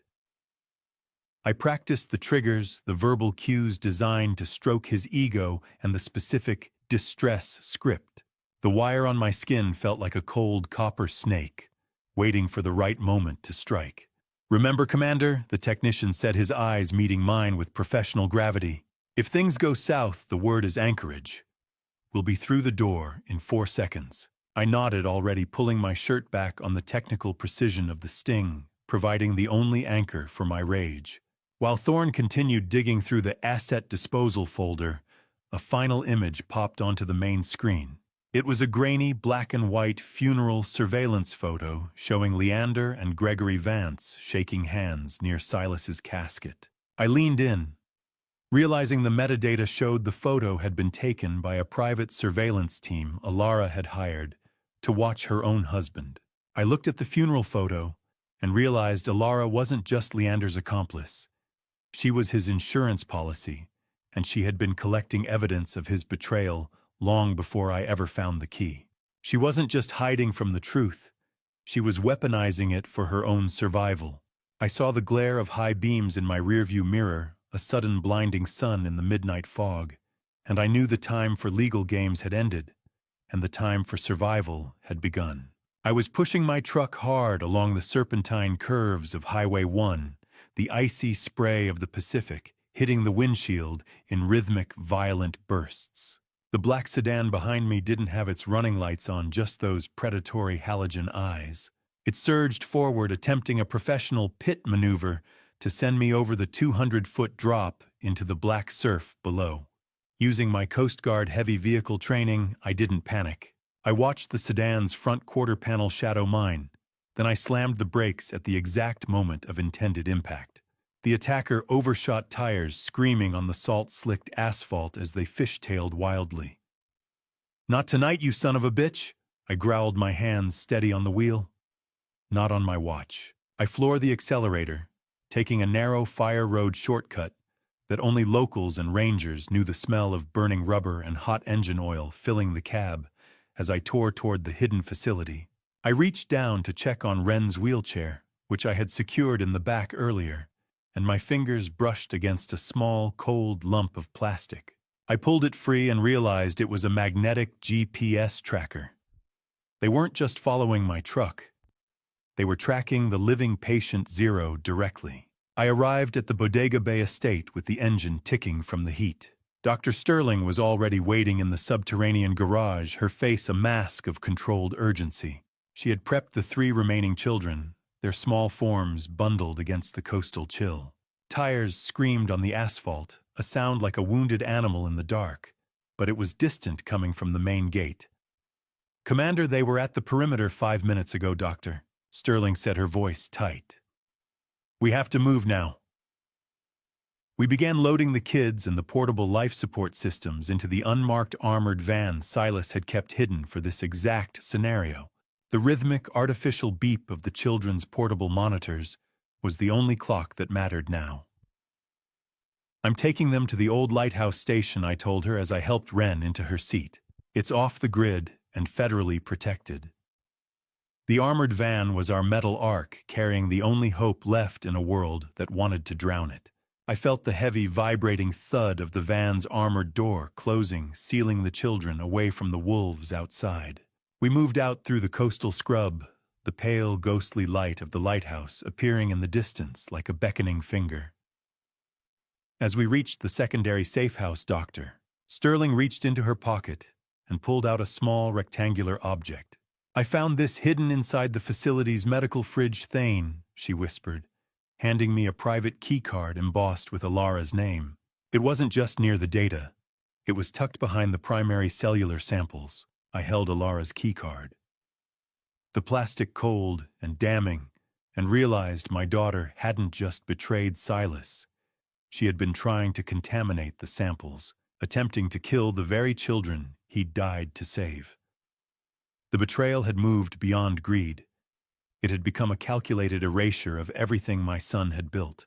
I stood in the center of the silent ward, the copper wire beneath my shirt itching like a guilty conscience, listening for the gravel crunch of a man who thought he was coming to collect an inheritance, but was actually walking into a cage. I checked the adhesive on my ribs one last time, feeling the cold, hidden pressure of the wire against my chest. The children were safe at the lighthouse, and the bait was set.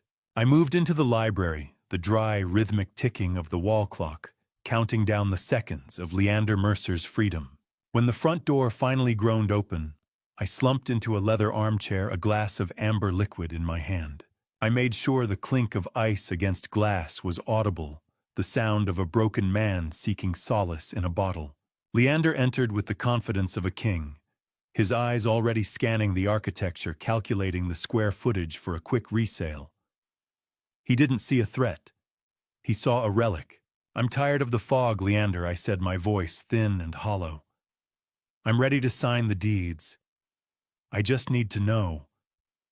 Tell me it was quick. Tell me they didn't suffer." Leander poured himself a drink, the predatory gleam in his eyes unchecked. "You always were too sentimental, Thane. Business doesn't have room for ghosts." He leaned against the mahogany desk, swirling his glass. He actually smiled when he told me Alara was the one who suggested using the blue-flecked nylon rope. She knew Silas wouldn't suspect maritime gear, he chuckled. "It's poetic, really. Evil doesn't always look like a monster. Sometimes it looks like a son-in-law in a tailored suit. Goaded by my perceived weakness, his ego took the helm.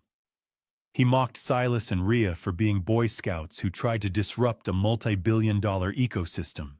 He described in chilling detail how he used the pharmacy supplies to drug them before tying them to the rigging.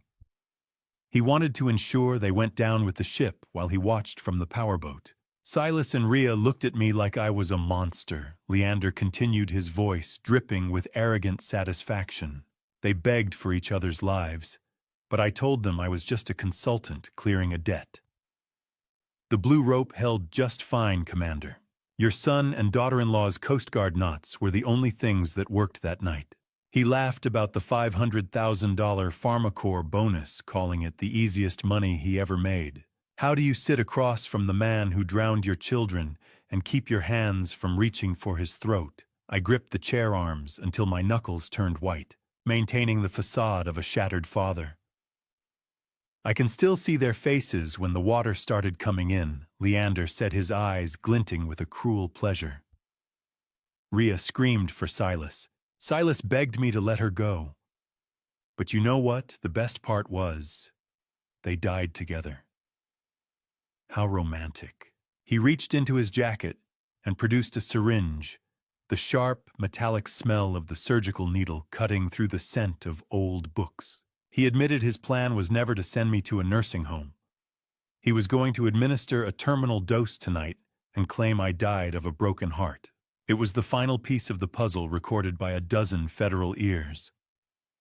Leander stepped toward me, the needle gleaming under the library lights, his face inches from mine.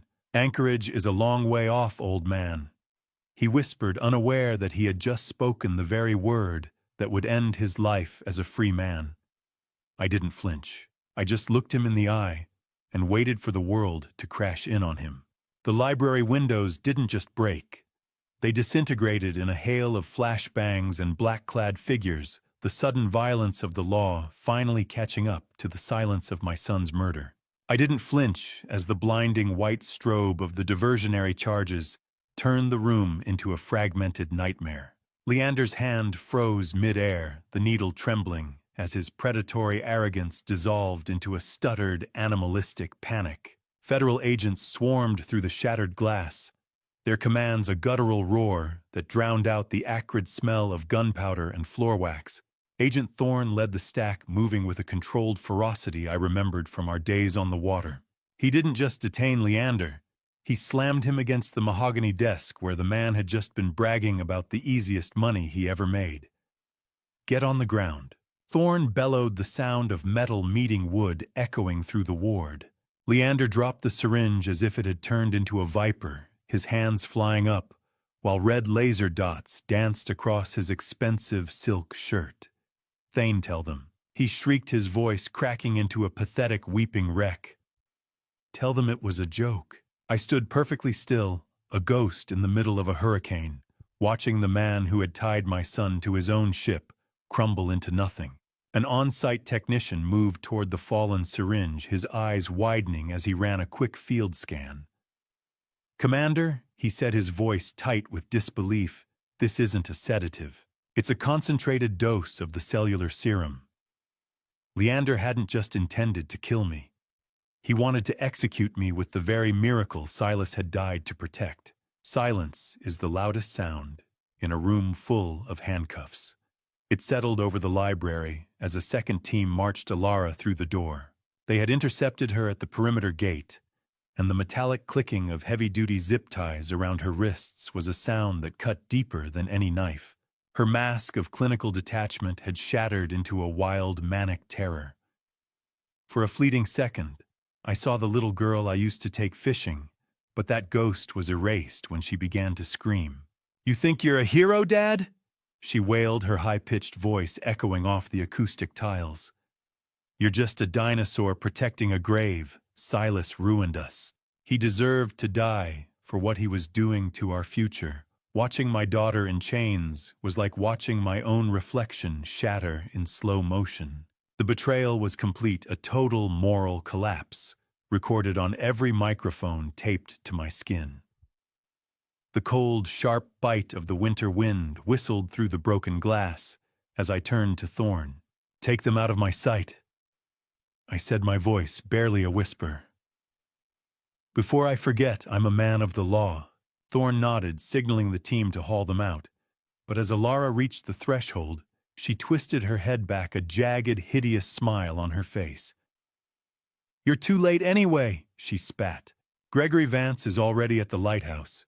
He's probably tucking your little miracles in right now."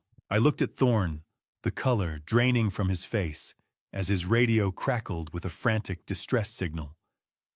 The secure location was no longer secure. The leak had been deeper than we ever imagined, and the shark was finally in the nursery. The smell of industrial bleach and recycled air always felt like a funeral shroud, but as I sat behind the reinforced glass, it was the sight of my daughter in orange polyester that finally broke the last of my maritime resolve. 2 weeks had passed since the raid at the lighthouse, a night that haunted me with the knowledge that Gregory Vance's breach had been nothing more than a lethal feint. Thorne had confirmed my fears days ago. While we were racing to save the children, a remote virus was tearing through the digital server backup I had mirrored. The cure Silas died for was now a fragmented mess of corrupted code. I sat in the high-security visitation wing of the Sonoma County Detention Center, the low, electronic hum of the recording devices in the walls, a constant reminder that every word spoken was a piece of evidence. Alara looked at me with a hardened bitterness that made my skin crawl. "You look old, Dad," she said, her voice devoid of the warmth I had spent 30 years trying to nurture. "Was saving 3 orphans worth destroying your own blood?" "I didn't destroy this family, Alara," I replied, keeping my tone as flat as a calm sea. "I just stopped the person who was burning it down." She mocked the concept of Silas's hidden clinic, calling him a fool for playing God without a profit margin.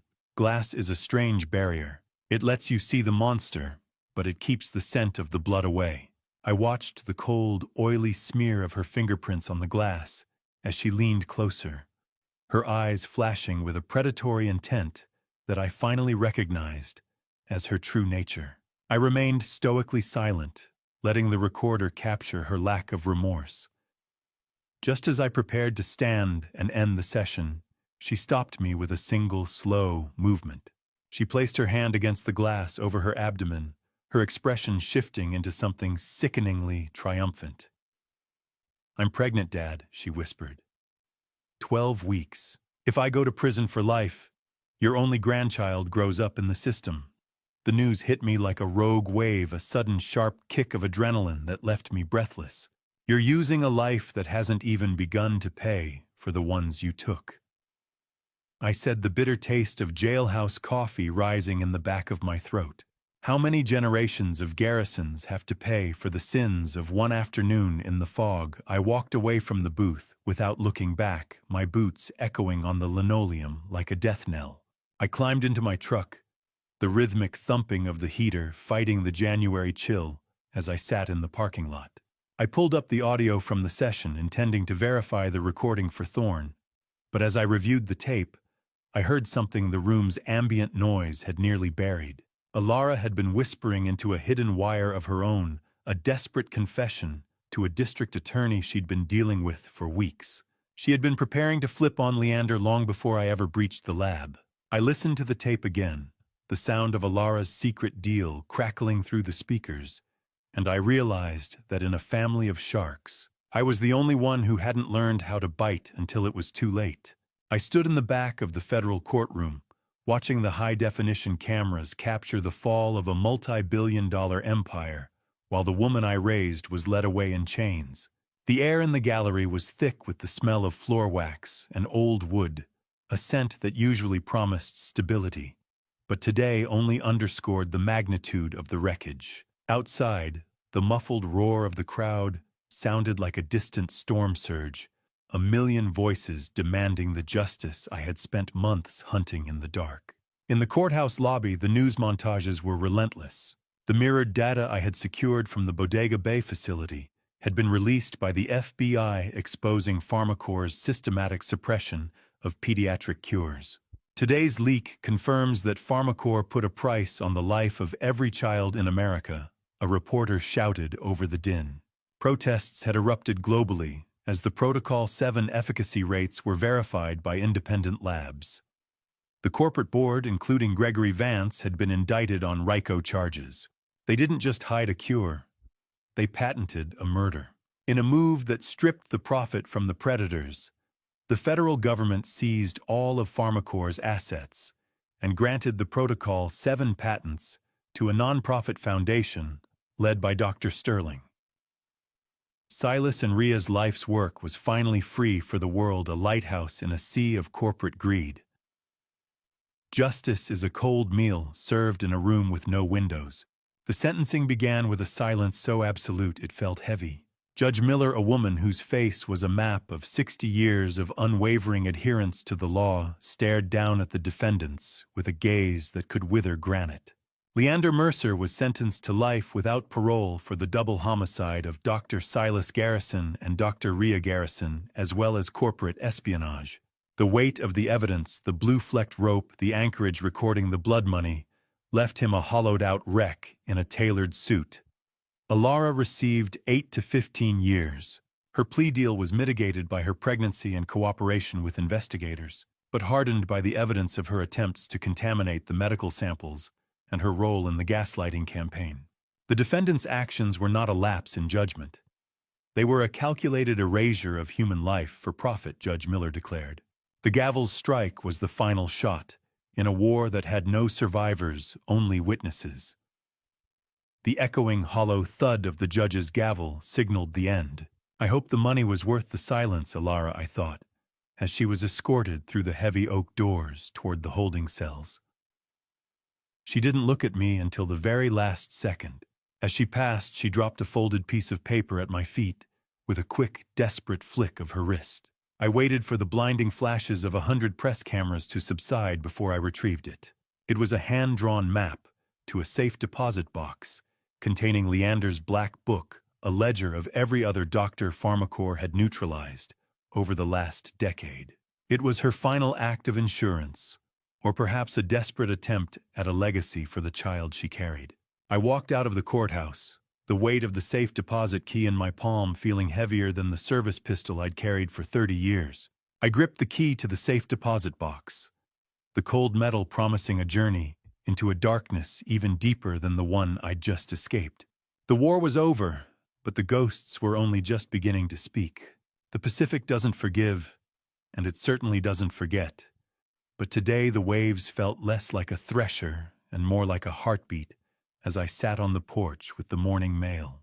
Several months had passed since the hammer of justice fell in that federal courtroom, and the Bodega Bay estate had finally begun to shed its skin of clinical coldness. The smell of salt spray and wild jasmine carried on the breeze a natural sweetness that was slowly replacing the ghost of antiseptic. I sat on the quiet, salt-stained porch, the warmth of the morning sun on my weathered hands, providing a comfort I hadn't earned in a long time. First letter, July 15th, 2025. I found a stark white envelope in the stack, marked with the State Correctional Facility's stamp and a return address that made my breath hitch. The institutional stationery felt rough under my fingers, a tactile reminder of where my daughter now lived. I opened it slowly, the sound of the paper tearing like a small defeat. Dad, I didn't understand the weight of a life until I felt one moving inside me. I'm 12 weeks pregnant now. The doctors say it's a boy. Every kick reminds me that Silas and Rhea were right. Some things aren't meant to be sold. I'm sorry I forgot that. I don't expect you to respond. I just needed you to know that I finally understand what I destroyed. Alara, July 15th, 2025. Inside was a grainy ultrasound photo, the first clear image of my unborn grandchild. I stared at the small, curved form tracing the outline of a tiny head and the unmistakable Garrison jawline. I set the letter aside, unable to respond, and placed it in a drawer where it sat like a weight on my conscience. Second letter, October 8th, 2025. 3 months later, another envelope arrived. The handwriting was shakier, more desperate. I opened it, standing on the same porch, the October wind carrying the scent of salt and decay. Dad, the baby was born last week, October 3rd, 2025. I named him Silas Garrison Mercer after the brother I betrayed. He has his uncle's eyes. I'm allowed to see him twice a week through the prison nursery program. He's healthy, and I'm grateful for that mercy, even if I don't deserve it. The nurses say he's strong like his grandfather. I don't know if you'll ever want to meet him, but I needed you to know he exists. He has his uncle and aunt's strength already. Will you meet him someday? Alara, October 8th, 2025. A photograph fell from the envelope, a newborn wrapped in a simple white blanket, his tiny fist curled against his cheek. His eyes, Silas's eyes, staring into the camera with an unfocused wisdom. I looked at those eyes and felt my resolve waver, a crack forming in the wall I'd built around my heart.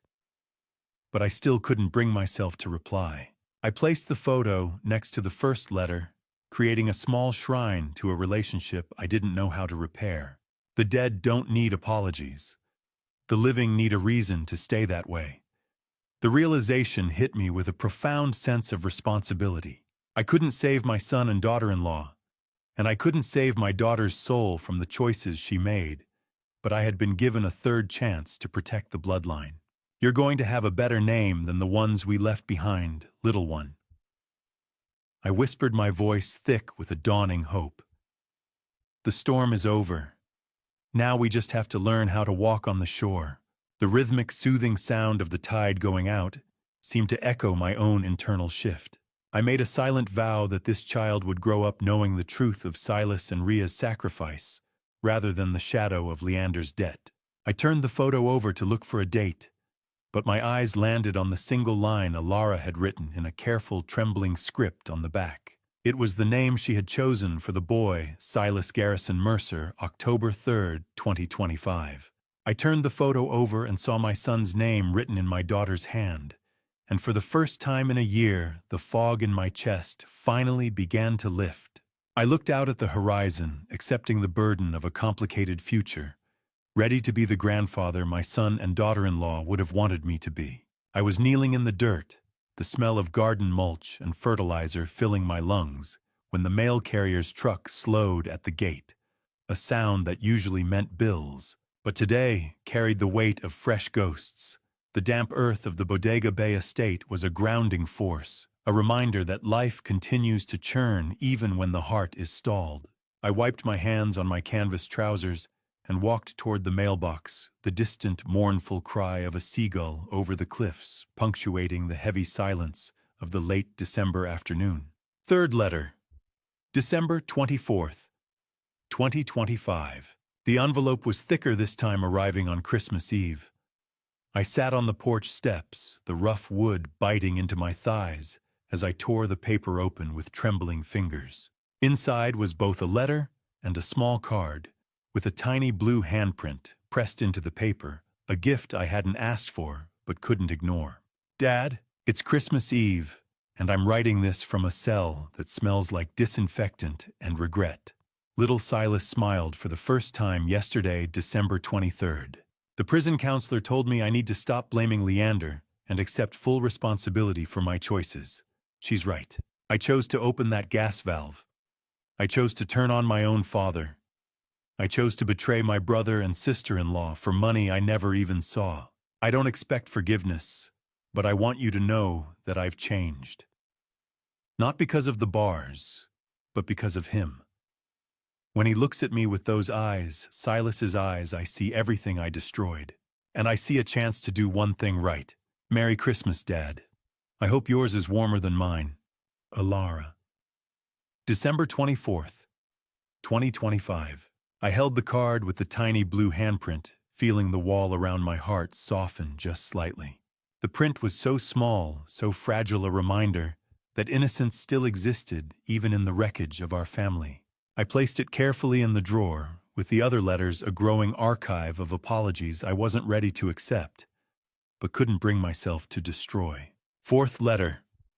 December 31st, 2025. 1 week later, on New Year's Eve, the final letter arrived. It was the shortest, but somehow the heaviest. I opened it as the sun began to set over the Bodega cliffs, the golden light turning the pages a warm amber. Dad, I know you may never answer these letters. I know I destroyed any right to your love when I betrayed Silas and Rhea. But I'm asking you for one thing. When little Silas is old enough to ask about his uncle and aunt, please tell him they were heroes. Tell him his mother was a coward, who learned too late what courage really means. And if you can find it in your heart, tell him about his grandfather, the commander, who never gave up on the truth even when his own family tried to bury it. I don't deserve redemption, but maybe he deserves to know where he came from. Happy New Year, Dad. I hope it's kinder to you than I was. Alara. December 31st, 2025. I sat on the porch steps on January 2nd, 2026, and opened all 4 letters together, spreading them out in chronological order on the weathered wood. I read them in sequence from the first ultrasound photo to the final plea for my grandson's future. For the first time since the funeral, I wept not just for Silas and Rhea, but for the daughter I had lost to greed and the grandson I had yet to meet. The house is too quiet for a baby. It's too full of the dead.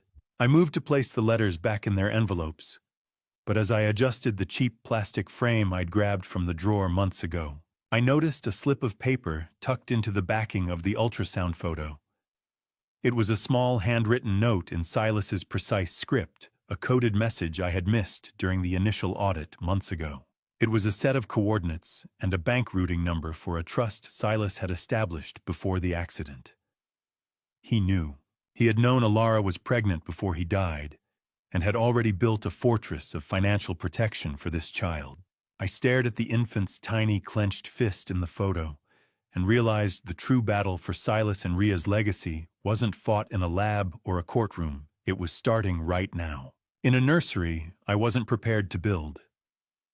I stood up, the melancholy of the morning replaced by a familiar, disciplined resolve. It was time to go back to the facility and claim what was mine. How do you write a letter to a woman who tried to turn your home into a gas chamber when she's the only gatekeeper to the boy who carries your son's face? I sat at Silas's heavy mahogany desk. the absolute ringing silence of the estate's high-tech library pressing against my ears like the weight of deep water. A blank sheet of heavy bond paper lay before me, mocking the decades of command decisions I had made without a second thought. I picked up the fountain pen, and the rhythmic scratch of the nib on the page sounded like a keel scraping against jagged rock in a blind fog. Before I began to write, I reviewed the decrypted files one final time. I discovered a hidden page at the very end of the neutralization order that I had somehow overlooked. It was a cold, clinical directive to protect the garrison bloodline at all costs if the parents failed. Pharmacore hadn't just wanted to kill Silas. They viewed his unborn son as their ultimate intellectual property, a living patent they intended to harvest and control for the next generation. This child was the final prize in their twisted corporate balance sheet. "I will take the boy, Alara," I wrote, my hand steady with a blunt maritime honesty. "Not because you asked, but because he deserves a name that isn't a prison sentence." I made the terms of our future clear. The clinic stays closed, the research remains with the foundation, and the boy stays with me. I sealed the envelope, the sound of the adhesive sticking feeling like the final locking of a steel bulkhead before a massive world-altering storm. A pen is a small thing to hold when you've spent a lifetime holding the wheel of a heavy cutter in a gale. It carries a different kind of weight, one that doesn't just navigate the waves, but shapes the shore. I walked out of the house and down toward the edge of the cliffs, the salt-heavy wind whipping through my gray hair and stinging my eyes with the spray of the Pacific. I stood there for a long time, watching the rhythmic, thunderous crash of the tide against the rocks below, near the dark spot where the blue-flecked rope had once held fast. Peace isn't the absence of war. It's the presence of a better reason to fight. I realized then that my thirst for vengeance had finally evaporated, replaced by a quiet, predatory, protective instinct that was far more dangerous to my enemies. I wasn't the same man who had first turned that brass key months ago. I was something harder, a guardian forged in the very fog that had tried to swallow my family. "I'm ready for the quiet now, Silas," I whispered into the cold, metallic smell of the ocean mist. "But I'll be ready for the noise too if they ever dare to come back for what belongs to us." I looked back at the house, a fortress I had already begun to rearm in the shadows. I had reactivated the subterranean defenses and the drone net, turning the estate into the most fortified nursery on the Pacific coast. "Welcome home, little Silas." The thought was a warm, heavy anchor in my chest. I looked out at the horizon, where the sun was finally cutting through the stubborn gray. Knowing that the child arriving tomorrow wouldn't just be a mercer or a garrison, he would be the storm that finally cleared the air for all of us. I turned my back to the sea and walked toward the gate, ready to meet the future on my own terms. I pressed my hand against the cool glass of the command center's main display, watching a constellation of blue dots ignite across the globe, each one representing a clinic where my son and daughter-in-law's stolen miracle was finally being given away for free. The data scrolling across the screen told the story in numbers: 150 children treated across 30 international sites in just 6 months since the Foundation's official opening. The Protocol 7 success rate remained steady at 87%, validated now by independent research teams from Johns Hopkins to the Karolinska Institute. The hum of global data servers vibrated through the floorboards, a steady rhythmic pulse that felt like the breathing of a living thing. I stood at the center of the Garrison Foundation's new operational hub, an irony that brought a grim smile to my face. We had built this sleek glass and steel headquarters directly atop the renovated subterranean ruins of Silas and Ria's original hidden lab. The very shadows where they had fought their secret rebellion had become the luminous center of a public revolution. Beside me, Dr. Leonie Sterling moved with a focused intensity, her hands dancing across a console as she coordinated with medical liaisons in Berlin and Tokyo. The digital mirror I had fought so hard to create was no longer a secret weapon. It was a public utility, rendering the corporate neutralization order a pathetic relic of a defeated era. Dr. Sterling appeared beside me, her tablet glowing with the latest clinical trial results. Thane, the National Cancer Institute just approved Phase 2 expansion. She said, her voice thick with emotion. We can scale to 300 patients by next quarter. Ren is officially 18 months tumor-free. She's asking when she can visit the ocean. I nodded, watching the young patient, now 8 years old, through the glass partition of the observation room. She was playing with building blocks, her laughter, a sound I'd thought I'd never hear again after Edith died. We aren't just treating patients, Thane, doctor, Sterling said earlier, her voice catching with the same bittersweet triumph I felt. We're breaking the back of the industry that tried to bury them. I nodded, watching the data flow. Silas and Rhea didn't want a monument, Leonie. They wanted a future. I think we finally gave them one. A legacy isn't written in ink or blood. It's carved into the lives of the people who survive because of you. Outside, the Foundation's flag snapped in the coastal wind, and I had personally ensured that the halyard was made of the same blue-flecked nylon rope that had once been used to destroy my family. Now it held the symbol of their salvation. I left the hum of the servers behind, driving out to the secluded cliffside cemetery, where Silas and Rhea lay side by side. The rhythmic, soothing roar of the Pacific followed me up the path, a constant companion that no longer sounded like a threat. I carried a heavy physical copy of the Foundation's first annual report and a laminated photo of baby Silas. Kneeling in the grass, I felt the cool, grainy texture of the granite headstones beneath my palms as I cleared away the salt-encrusted lichen and fresh cemetery lilies. The ocean is a graveyard that never closes, but today the water looked like hope. Mission accomplished. Silas, Rhea, I said, my voice low and steady, the report of a commander to his finest officers. The kids are safe. Your boy is healthy. The world knows both your names for the right reasons now. I'll see you both in the next life. Until then, I'll keep the watch. I stood up the wind, whipping through my hair, and noticed something I had missed when I arrived. Resting on Silas's headstone was a single, fresh, white rose. It was the unmistakable signature of the whistleblower, a silent signal that the dark network was still out there, watching over the garrison legacy from the shadows. I turned back toward the car where little Silas was waiting in his seat, his wide eyes catching the golden light of the setting sun. As I opened the door, I noticed he was clutching a small object with infant intensity, the same silver compass Silas had carried on the day of the storm. The needle was steady, pointing true north, and for the first time in my life, I knew exactly where we were going.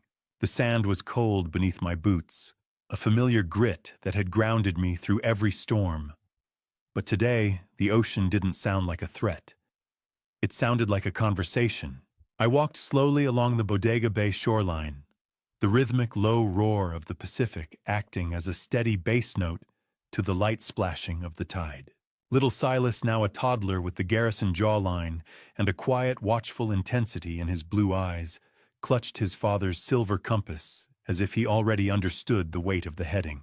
I carried him for a while, pointing out the way the orange and violet hues of the Sonoma sunset danced across the whitecaps.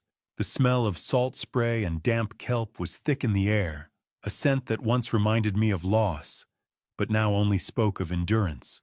The water takes what it wants, little one, I said softly, my voice carrying the calm authority of a man who had finally seen the end of a long campaign.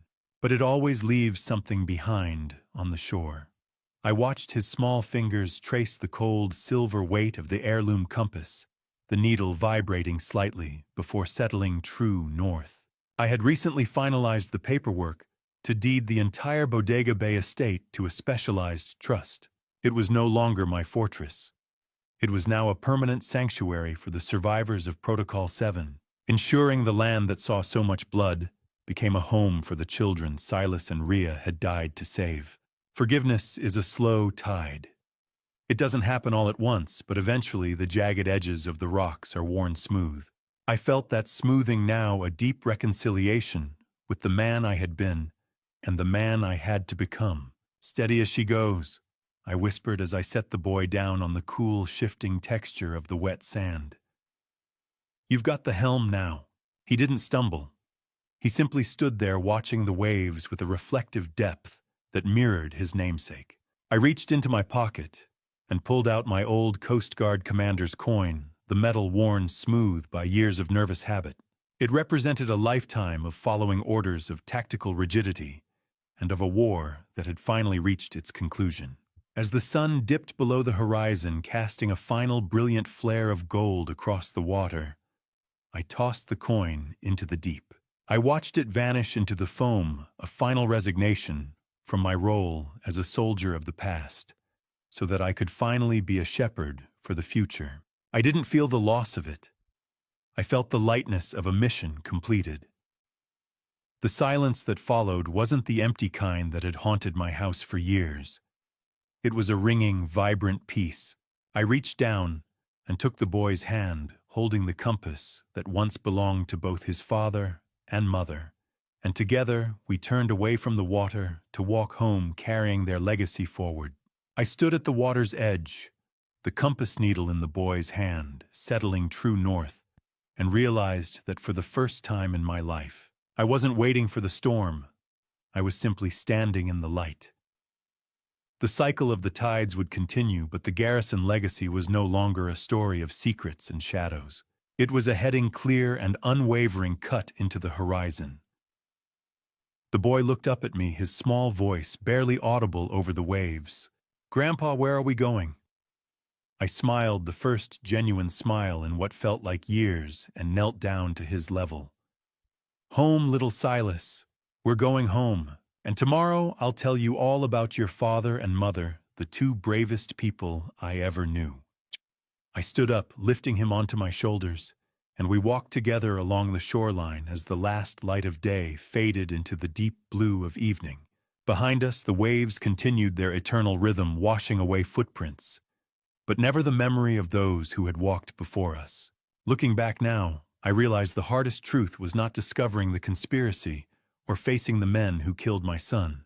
The hardest truth was admitting that I ignored the warning signs inside my own home. I trusted blood more than character, and that nearly cost innocent lives. If there is one lesson from my family story, it is this: love should never blind you to truth.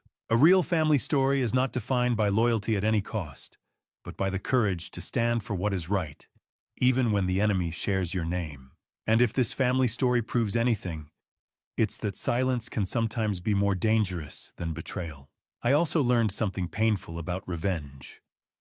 What began as a dad revenge mission slowly became a responsibility to protect the future.